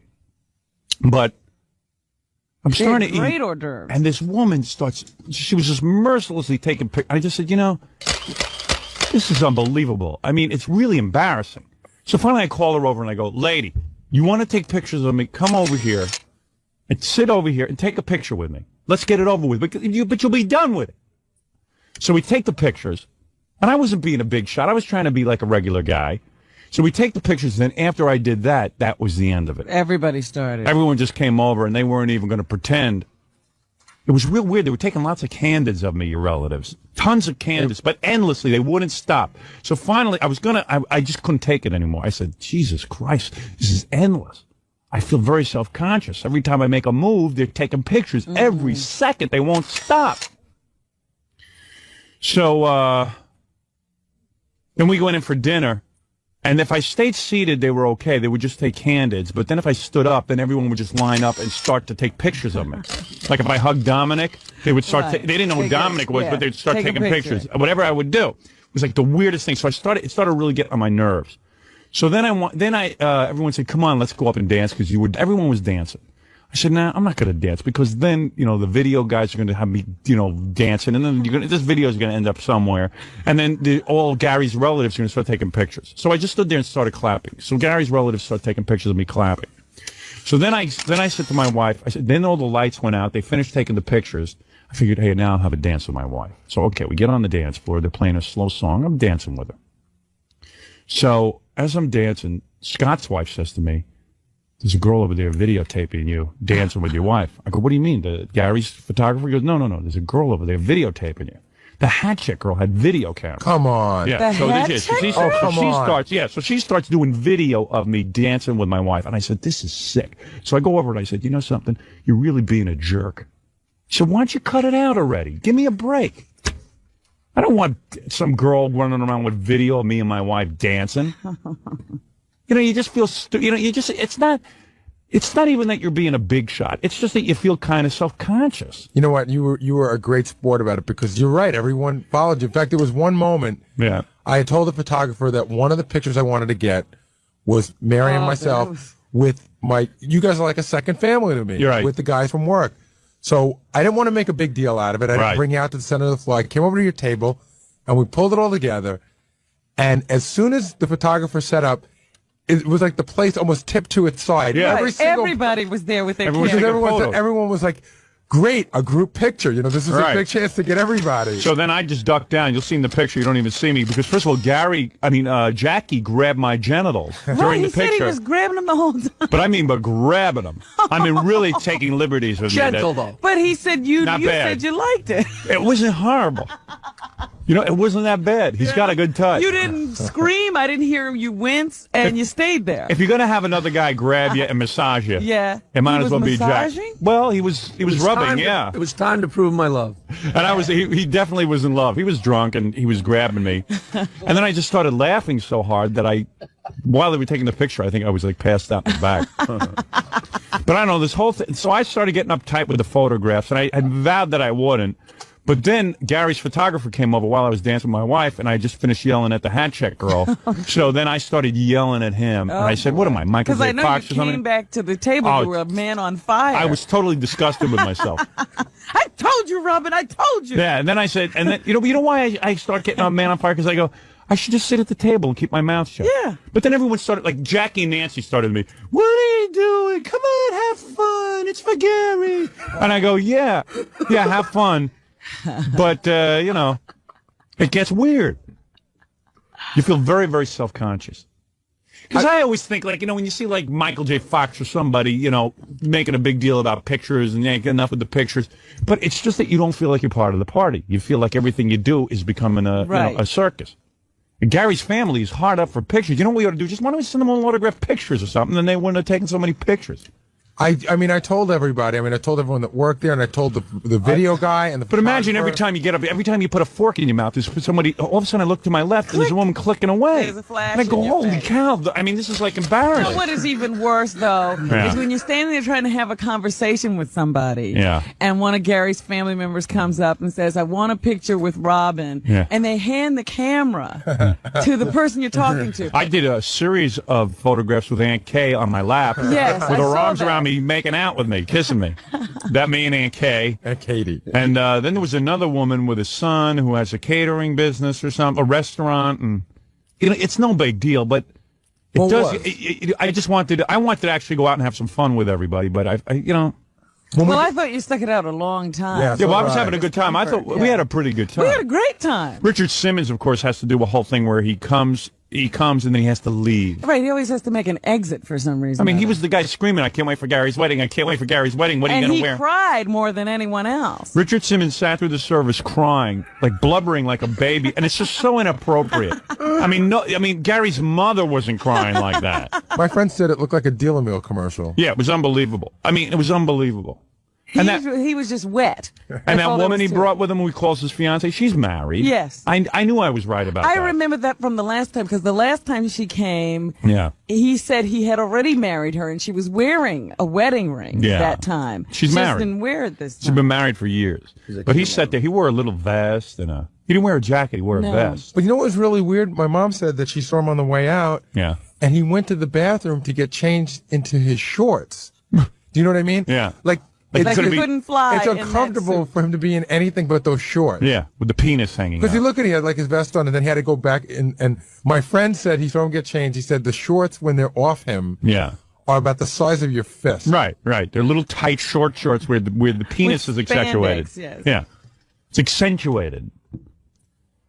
But that was weird. And he has this move when he leaves. He doesn't say goodbye to anyone. He didn't say goodbye to me. Right. Well, you know what's funny was when you and Mary took your first dance. Yeah. Richard said, I think we ought to have lunch first, and it looks like to me you'd be into that. Yeah. Oh, yeah. It was just relentless. We're in the middle of the wedding. Gary's about to take his vows and everything. And who was it? It was Dan Foreman, our TV producer, turns around to me and he goes, "Dominic, 275. Dominic pulled a really funny thing at the reception that I sort of got a kick out What of. did Dominic give you for a gift? Well, this is the funny thing. Dominic acted like the Godfather. Do you remember that scene in The Godfather where they're down in Cuba and Michael, they're at him like in the party and he just grabs him and kisses him? Yeah. Dominic grabs me by the head. He had his sunglasses on and he puts his mouth right to my ear and he goes, "This is a beautiful thing. I've sent a check in the mail and I've got a special gift coming for you." And then he kissed me. Yeah. And, you know, it was just weird. It was like the Godfather. Yeah, Dominic likes to kiss guys. That's his big thing, his big move. He thinks that's very Italian. To put your arm around someone and then start making out with them. It's just sort of weird how he grabbed me in the middle of the dance floor and whispered in my ear. Yeah. Come on. With those sunglasses on, didn't you think he looked like security at the wedding? He was security at the wedding. He just didn't know it. What did he give you? I don't know, because he said he was sending it in the mail. Everybody was wondering what Dan Foreman gave. Wonder what Dan gave. Everybody involved in the show was gave very incredible, generous. really did. Very generous, really yes. Even Jackie? Did Jackie go to the 500? I'm not going to say what anybody gave. Just say everyone. I'm really, I would How never much? do that. What'd you give Jackie? I'm not telling. It's very private. It's up to Gary. No, it's up to you. Oh, I would come on. never It's up say to a you, word. Jackie. I would never say anything. I would much Did you rather go have more you than- not know. Did you go more? I know, but I'm saying, did you go more than 300? Did we embarrass you into it? I'm not sure. Come on, I'm curious. Not telling. He finally has something to say on the Yeah. show, and he can't. Sorry. Did you go more than 300? Maybe. He's always such a contributor. Oh, shut up. Jackie said he was going to give you 200, then we shamed him into 300, and I think Fred shamed him into 500. So we're guessing 500. I think you guys shamed a lot of people because you got some really great gifts. Yeah, we definitely. I wish I had someone at my wedding who would have shamed my family. Yeah. I think you just shamed the whole world with the good gifts. Yeah. But we had to shame everyone. Can I just say? Can I say one quick thing? I really would, more than anybody, I would like to thank you guys because you guys are really like a family to me, and I really appreciated the fact that you sat through all that, and you guys were really the life of the party. Well, your father couldn't believe it either. Did you see that moment when he came over and started getting into your teeth with Jackie? Yeah. What he really came over to do was this, I know I raised a good kid, but it's good to see you people turn out after all that stuff you do to him on the air and really show me he is a good kid. Yeah. Well, it's always a little icy when I see Gary's mom at first, and she goes, I go, Mrs. 𝗛𝗏𝗍𝗍, I really do love your son. Uh-huh. And she goes, I know. You know, it's like, you know, she's even browbeaten. My father tells me she yells at the radio. Yeah, I When know. she listens and she yeah, goes, and "Fight she, back." half the relatives there hated me. So it was like, you know, what are you going to do? Yeah, that was the other thing. His father told me that, you know, she's in there screaming at the radio and Yeah. running for the phone, and he has to tackle her because he knows that would be even worse. But I try to explain to Gary's parents that what I'm doing for him is what they should have done for him when he was young. Teach him. Is that what you said I said, to yeah, her? I'm undoing all the harm they did. Do you want to get your own place, or are you happy staying there? No, I love it at home. Yeah, that's my favorite times are from when I was a baby till now. You know, I'd be all bored and by myself if I was on my own. And I have the best family and best mom and daddy in the world. Okay.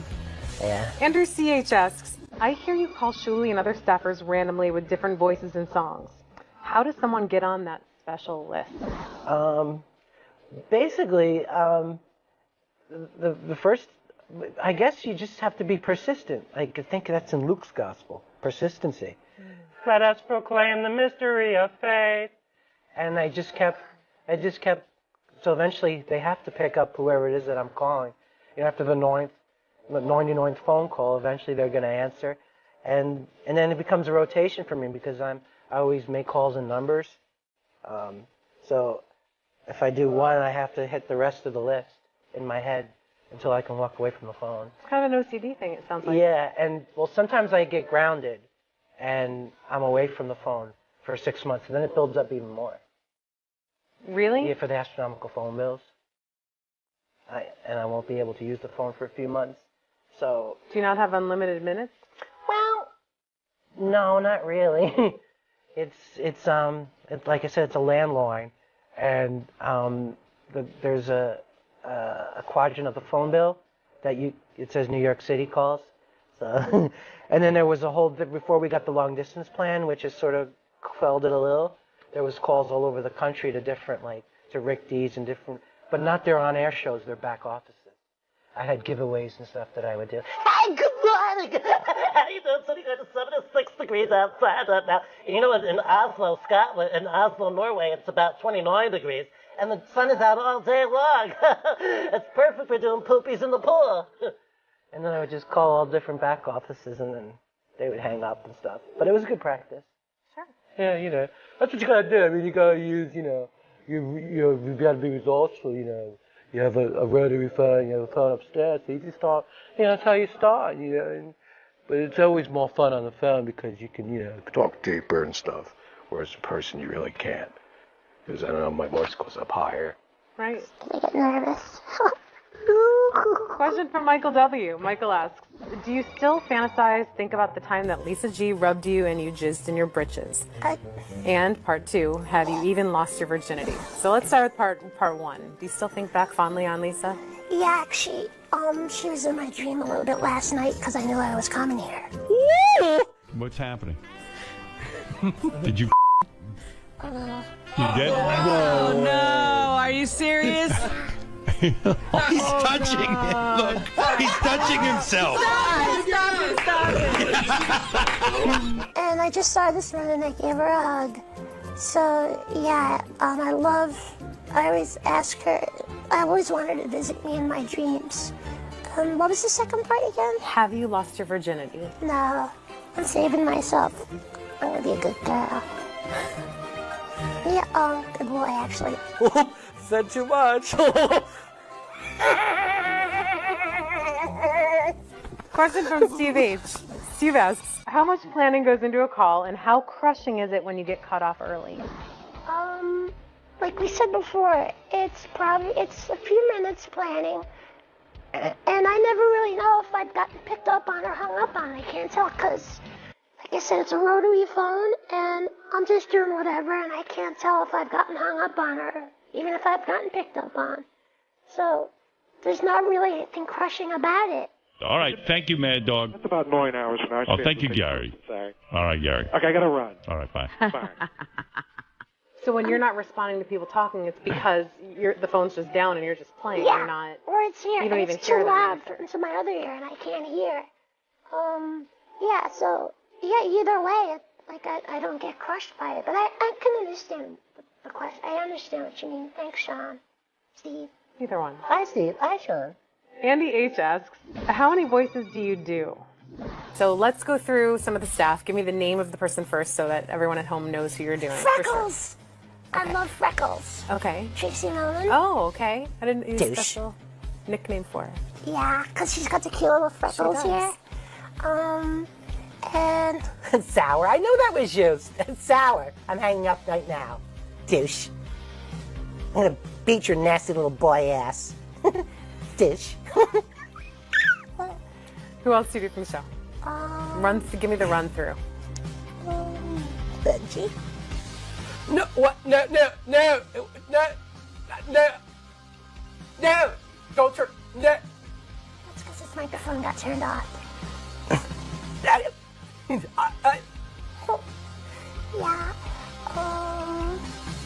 Robin. I was just about to say that. Fred. We probably should.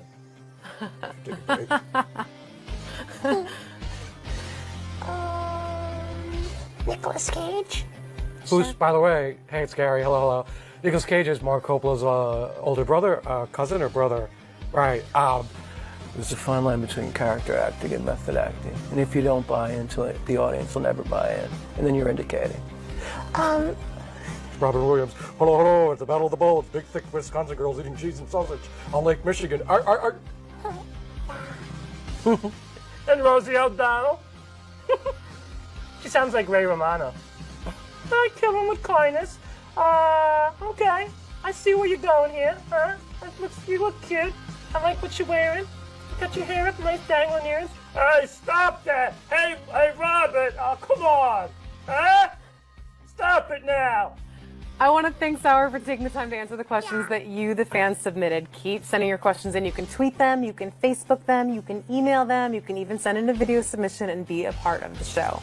And remember, this is your show, so don't screw it up. Until next time, I'm Rachel Fine. I hope you had a fine time. I want to make sure you have a fine time, and I have a special request. You're welcome, Justin O. Oh my God, what's it gonna be? Well, he's asked me, and this is what I do for a fine time guest, to come over and give you a little shoulder massage and see how this. I feel uncomfortable with this, Justin O, but thank you for this. Did you have a fine time today? Yeah, you did. This just got really. Can I not be doing this to the 8-year-old girl?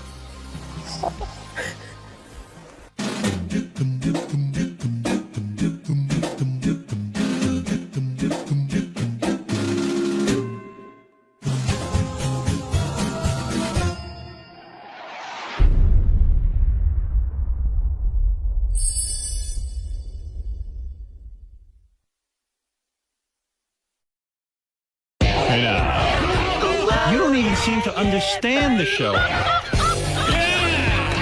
You just ruin everything. You got to be funny in here. I can't wait for you guys to see this on Howard TV. Daily shows, classics, and exclusive behind-the-scenes access. Well, that's going to be on Howard TV. The funniest, sexiest, most star-studded network on TV is Howard TV On Demand.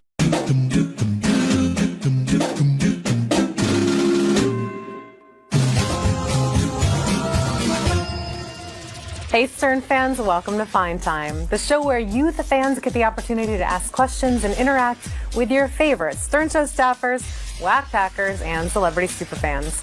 I'm your host, Rachel Fine. Now, my guest today is a musical genius and a master of impressions.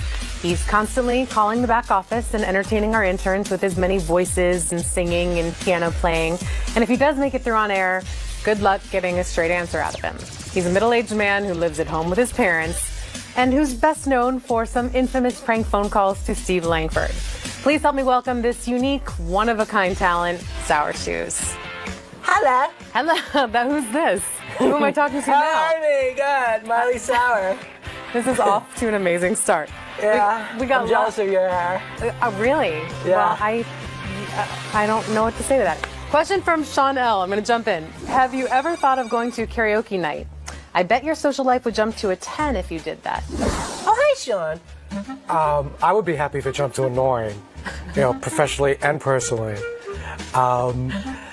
Yeah, I've been taken to a couple karaoke's from my brothers and sisters, and it's been great. In fact, I'm gonna load some up on my. I have some vinyl of some the songs that I sang, and I'll try to load that up. Maybe GP page 909 in blue. Question from Michael W. Michael asks, how much preparation goes into your calls, and will you ever buy a new keyboard, or are you too attached to that giant old one that you carry around with you? Yeah, I'm too attached to the giant one that I carry around. Probably about 9 minutes goes into preparing for a phone call. Yeah, I'd say about 9 minutes. Yeah. Is it seriously kind of off the cuff, or are you just ready to go with it? But sometimes in the morning I wake up with an idea. Yeah, and then it does take a while to get through on the phone. Sometimes I don't, so it actually turns into... From 9 minutes to maybe 3 hours and 9 minutes. Where are you calling from? Oh, Sheboygan. We've got a prize package to the Sheboygan Sausage Festival, Alan 𝗏𝗄𝗿𝗍. It's an all-expenses yours trip. How does that sound, caller? Excellent. Question from Ann H. Ann asks, have you ever tried an impression of Howard, and could you? I run compression through my balls up through here, and that's why my voice is lower. Because when I started back in 1983, I talked like this. I sounded like this. Hey, I'm sure my dog. Huh? I'll put mommy on the phone, huh? Shut up, Howard. I just want to know if you wanted to play doubles tennis. Yeah. Huh? Hey, Robin, he's calling into my show. He hangs outside my meetings and he takes my ideas. 𝗏𝗏 Toto kicks off a long set of music. Yeah, I can't really do them that well, but that's what I usually try to do. Been working on that. Sometimes, I like to, when it's over the phone, though, it's a little bit more nasally. So it sounds a bit like it, a little more like it. Go find some perfume, you homo. Yeah. Awesome. Question from Clayton B. Clayton asks, when the Stern Show ends, presumably at the end of Howard's contract in 2015, what are you going to do with all of your free time? And assuming you continue to call into other shows that not all of us necessarily have access to, will there be a way that your fans can still hear your brilliance at work? No, I won't call in anymore. That'll be the last time. That's the end for you? Yeah. That's the beautiful thing about this show. The voicemail, I can leave about 109 messages every weekend, but once the show finishes, that's all. It's until the contract gets renewed again, which it probably will. So would you have any plans for what you want your life to look like after? No, I wouldn't know what to do. Wow. Yeah. So I don't want it to end. Understandable. Yeah. Bill C. asks, despite your unorthodox life and lack of commercial success, you seem genuinely fulfilled creatively. Is there a place that you wish your career would have gone, and if so, where is it? Oh, I wanted to be a lefty because he said unorthodox, though. Because I can throw lefty and righty now. Oh. Because I've been practicing like 9 feet from the wall. So I can throw lefty as good as I can throw righty. So I'd like to be a spot reliever, just like with calling in. Sometimes I come in off the bench and I'm used every couple of months for a phone call. That's what I would have liked to have been, pitching from the left-hand side out of the bullpen. Yeah. Well, hey, that's baseball. If you got a pulse and you're left-handed, well, hey, listen, you can pitch to your 105 or about 109. Were there any real career aspirations for you? Well, probably what I'm doing now seems to be what I always wanted to do. I'm doing direct care for Autism Speaks. Cool. So I kind of like it because it incorporates a lot of different activities that I run with the little ones, like taking them out to the park, doing subjects with them, playing some music on the guitar, bass, and piano for them, and seeing. I really want to try and find a way to use what I'm doing here on a broader scale to maybe help a larger majority of people that have autism. If I can find something that's working with them, then I can incorporate it on a broader scale. Very cool. So that's really where I'm at right now. And I'm doing some part-time stuff that I've been doing since junior high school, which is Roy Rogers Fast Food, which is great because the manager, he's promoting me every other month, to do different things. But the problem I did the other day was I scheduled 14 different people on a unbusy Saturday night. Said, no, you just can't do it. Mickey, you just can't schedule 9 to 14 different people, and it's so dead in here. And then this kid made 9 trays of chicken, which I told everybody back in November, and he did the same thing again, so he can go out with, I'm Sam, and I got in trouble for that too because he thought the chicken wouldn't have been used, and then all of a sudden, this big bus came from a school. And they took all the chicken. They were going to a sporting event. And it turned out that we used it all. Mickey, that's not the point. And you just don't do it. You just don't cook a bunch of food so you can bring them leftovers. So that's going well. Yeah. Joseph M. asks, do your parents ever get annoyed with all the phone calls and organ playing in the house? There was time before I moved back upstairs where my room was when I was probably around, when I was about 19 months old. I went upstairs and stayed there I came out of the crib and went upstairs and was there till about 19 years old. And then, but for about 4 or 5 years, I was downstairs closer to them. And that's when the calls started picking up. So they would never say it, but I bet it was a little bit too loud. So now back upstairs the last 9 years, you really can't hear. There's like a buffer. Because it's old side of the house. It's next to the attic. Do you want to get your own place, or are you happy staying there? No, I love it at home. Yeah, that's my favorite times are from when I was a baby till now. I'd be all bored and by myself if I was on my own. And I have the best family and best mom and daddy in the world. Good. Yeah. Andrew C.H. asks, I hear you call Shuli and other staffers randomly with different voices and songs. How does someone get on that special list? Basically, the first, I guess you just have to be persistent. I think that's in Luke's gospel, persistency. Let us proclaim the mystery of faith. And I just kept, so eventually they have to pick up whoever it is that I'm calling. After the 99th phone call, eventually they're going to answer. And then it becomes a rotation for me because I always make calls in numbers.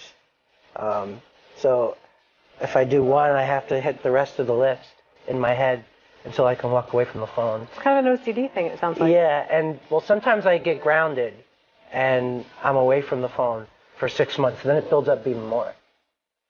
Really? Yeah, for the astronomical phone bills.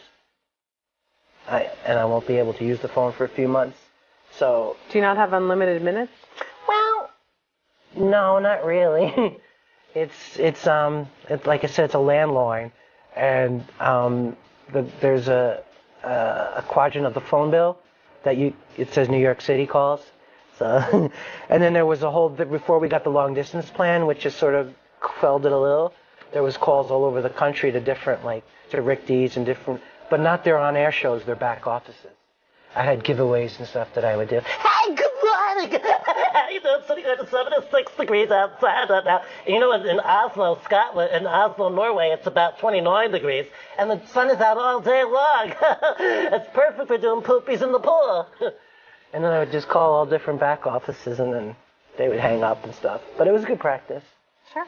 Yeah, you know, that's what you gotta do. I mean, you gotta use, you know, you gotta be resourceful, you know. You have a rotary phone, you have a phone upstairs, so you just start, you know, that's how you start, you know. But it's always more fun on the phone because you can, you know, talk deeper and stuff, whereas in person you really can't. Because I don't know, my voice goes up higher. Right. I get nervous. Question from Michael W. Michael asks, do you still think about the time that Lisa G rubbed you and you jizzed in your britches? And part 2, have you even lost your virginity? So let's start with part 1. Do you still think back fondly on Lisa? Yeah, actually, she was in my dream a little bit last night because I knew I was coming here. What's happening? Did you come? Oh, no. You did? Oh, no. Are you serious? He's touching it. Look, he's touching himself. Stop it. And I just saw this run and I gave her a hug. So, yeah, I always ask her, I always want her to visit me in my dreams. What was the second part again? Have you lost your virginity? No, I'm saving myself. I'm gonna be a good girl. Yeah, good boy, actually. Said too much. Question from Steve H. Steve asks, how much planning goes into a call and how crushing is it when you get cut off early? Like we said before, it's a few minutes planning. And I never really know if I've gotten picked up on or hung up on. I can't tell because, like I said, it's a rotary phone, and I'm just doing whatever, and I can't tell if I've gotten hung up on or even if I've gotten picked up on. So there's not really anything crushing about it. All right. Thank you, Mad Dog. That's about 9 hours a night. Oh, thank you, Gary. All right, Gary. Okay, I got to run. All right, bye. Bye. So when you're not responding to people talking, it's because the phone's just down and you're just playing. Yeah, You're not, or it's here, you don't and even it's too hear them. loud into my other ear, and I can't hear. Yeah, so, yeah, either way, I don't get crushed by it, but I can understand the question. I understand what you mean. Thanks, Sean. Steve. Either one. Hi, Steve. Hi, Sean. Andy H. asks, how many voices do you do? So let's go through some of the staff. Give me the name of the person first so that everyone at home knows who you're doing. Freckles. Okay. I love Freckles. Okay. Tracy Nolan. Oh, okay. I didn't use a Douche. special nickname for her. Yeah, because she's got...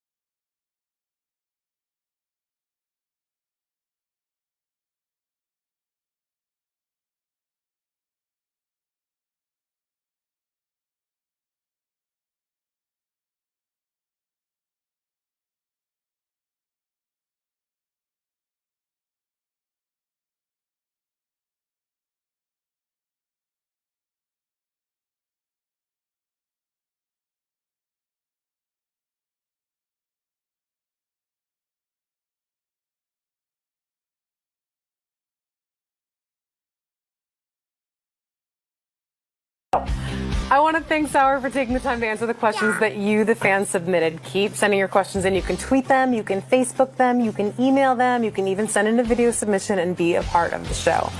And remember, this is your show. so don't screw it up. Until next time, I'm Rachel Fine. I hope you had a fine time. I want to make sure you have a fine time, and I have a special request. You're welcome, Justin O. Oh my God, what's he gonna do? Well, he's asked me, and this is what I do for a fine time guest, to come over and give you a little shoulder massage and see how this. I don't feel uncomfortable with this, Justin O. But thank you for this. Did you have a fine time today? Yeah, you did. This just got really. Can I not be doing this to the 8-year-old girl?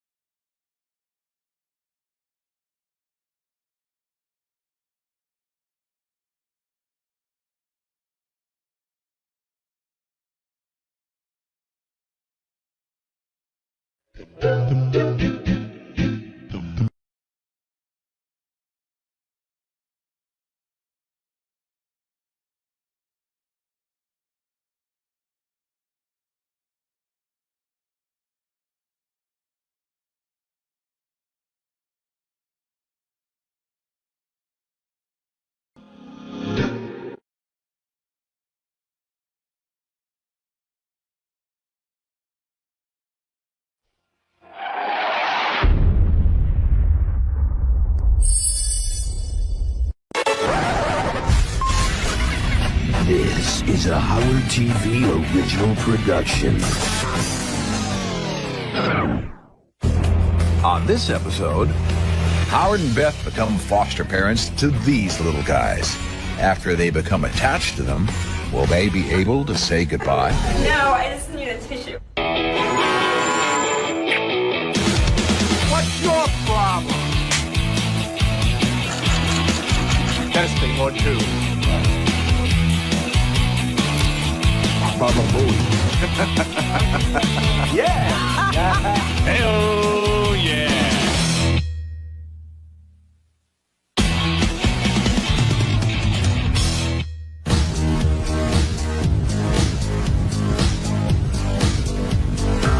My work with North Shore Animal League America started 10 years ago.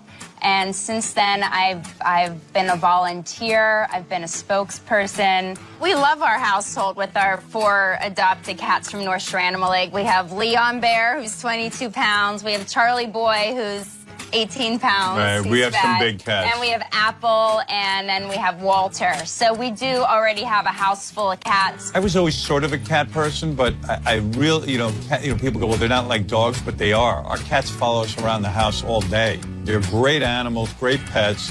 Beth's very active in North Shore Animal League, and I'm very pleased to be peripherally involved. Not as much as Beth, but... You're really involved, especially not now. like you. Well, But, in light of our recent situation. Beth announced to me the other day that we're fostering 6 kittens.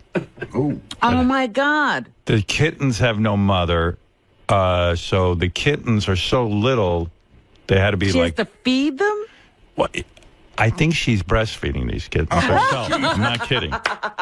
A recent situation is now we are foster parents to many cats, little kittens. I went to a local municipal shelter, and I knew that the cats were in danger of being euthanized, so I decided to grab a litter and foster the litter. So what Beth and I are doing is we open up our home. Beth gets them very young, feeds them, socializes them. I photograph them. Beth, takes them under her wing and really takes care of them. You name them. I name them. You got Tarzan. He was the first one. He was that cute tabby that fell and that immediately was taken with you. Like, he ran right up to you, was always at your feet, gazing in your eyes. Yeah, I felt like he was mine, and he would be on his back, and I'd rub his belly, and I just fell in love with him right away. Then the 2 orange guys. That's 𝗵𝗄𝗿𝗍 and Tonto.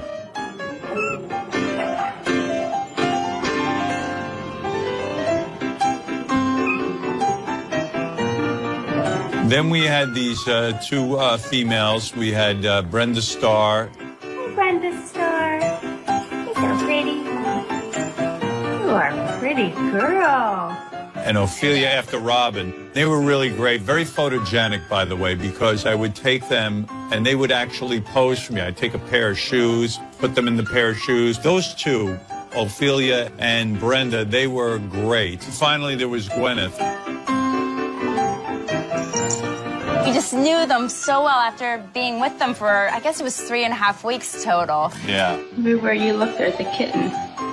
I said to Beth, we can't let go of these kittens. You actually asked me if we could adopt Tarzan. Right. You go, can we please keep him? And then I said, I'm that person that's supposed to say that to you. But I really committed to the foster program at North Shore Animal League. And I knew that I was nurturing these kittens to give a handoff to great families. I had my people from North Shore Animal League America with me. We went through every single application, and we really were excited that there were a couple people that wanted to double adopt.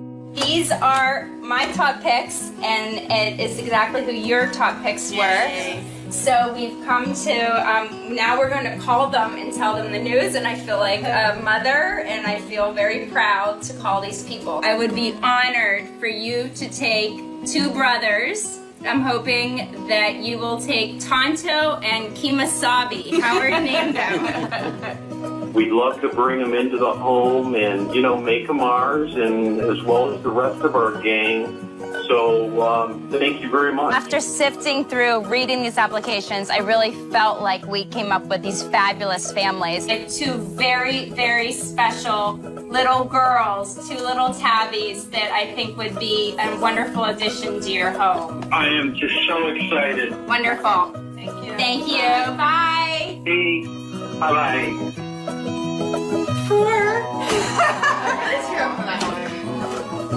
I got so excited. He was so excited. It was really emotional for me.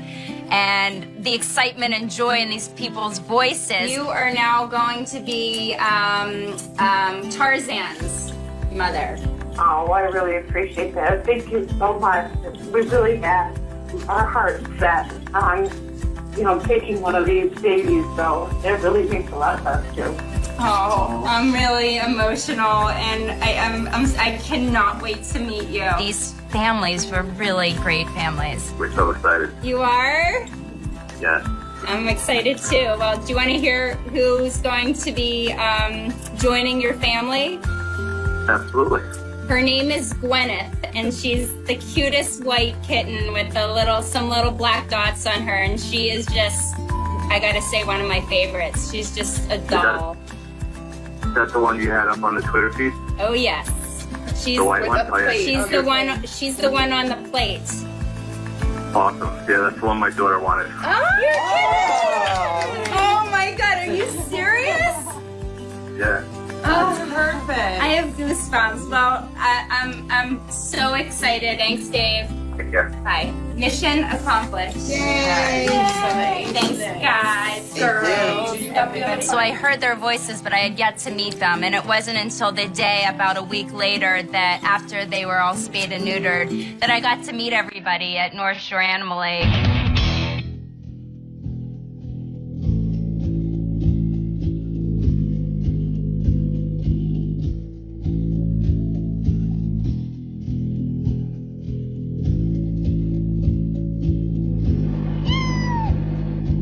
Fell madly in love with these little guys, and even now I'm emotional thinking about them. But that was a very, very rough day for me. I just need a tissue or something. I have. Here. You can do it. I can't say this. It's a mommy waiting. You're so silly. I cried like a baby. I met every family, and I had to hand off each kitten to these wonderful people whose applications were so stellar. Dispatchers. Oh. Hello. Surprise. Jeffrey. Hi. How are you? Hi. So nice. I'm gonna hug you.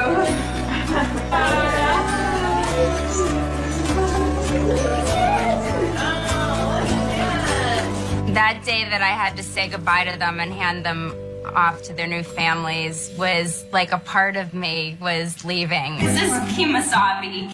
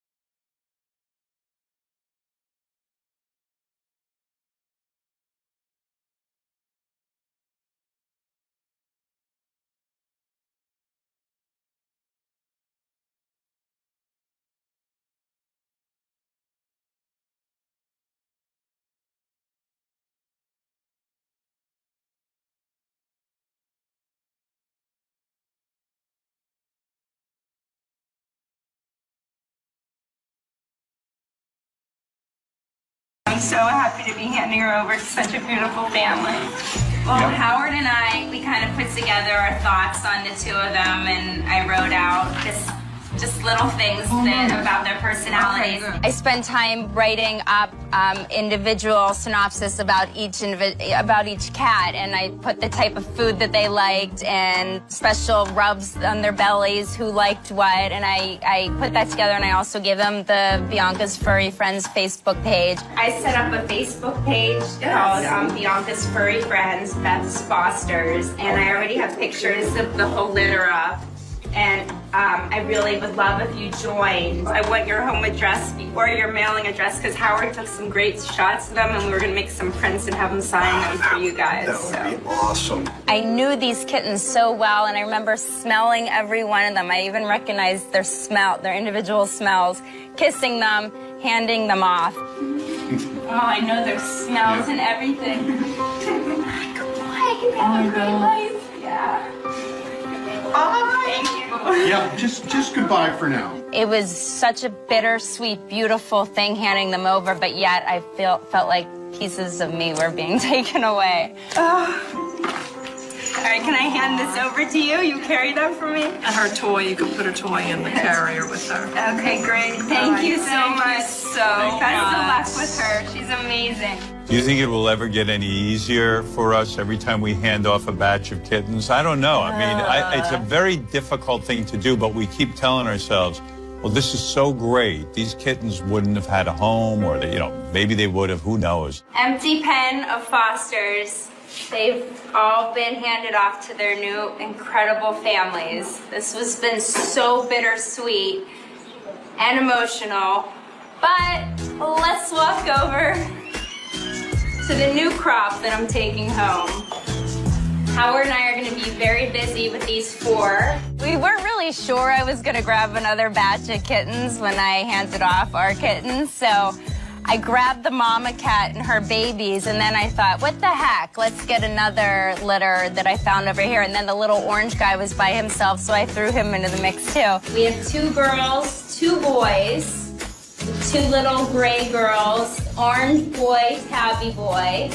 And they're gonna be coming home with me today probably for the next 3 weeks. And then over here, which underneath that towel, there's a mama cat who's probably about 2 years old with itsy-bitsy tiny 3 little week-old kittens. And they're coming home too. That empty feeling of all of the 6 that had been given to families, I had a whole new batch to take care of. So it kind of, I put all my energy into them. Now that's Mama Cat and her 3 little itsy-bitsy week-old babies. So I can't wait to see what Howard's gonna name her. She's beautiful though. Right now we have a mother cat, Grace. Yeah, let's go see them. Hey, you guys. She has 3 kittens. They're still breastfeeding. Literally, we got them 3 days old, these kittens. They are living in our house right now, getting prepared to, for adoption. I'd love to see the 3 kittens and the mother all go to the same house. But that's a dream. They're so great. Beth, thank you for everything that you do for animals. It's through you that we learn.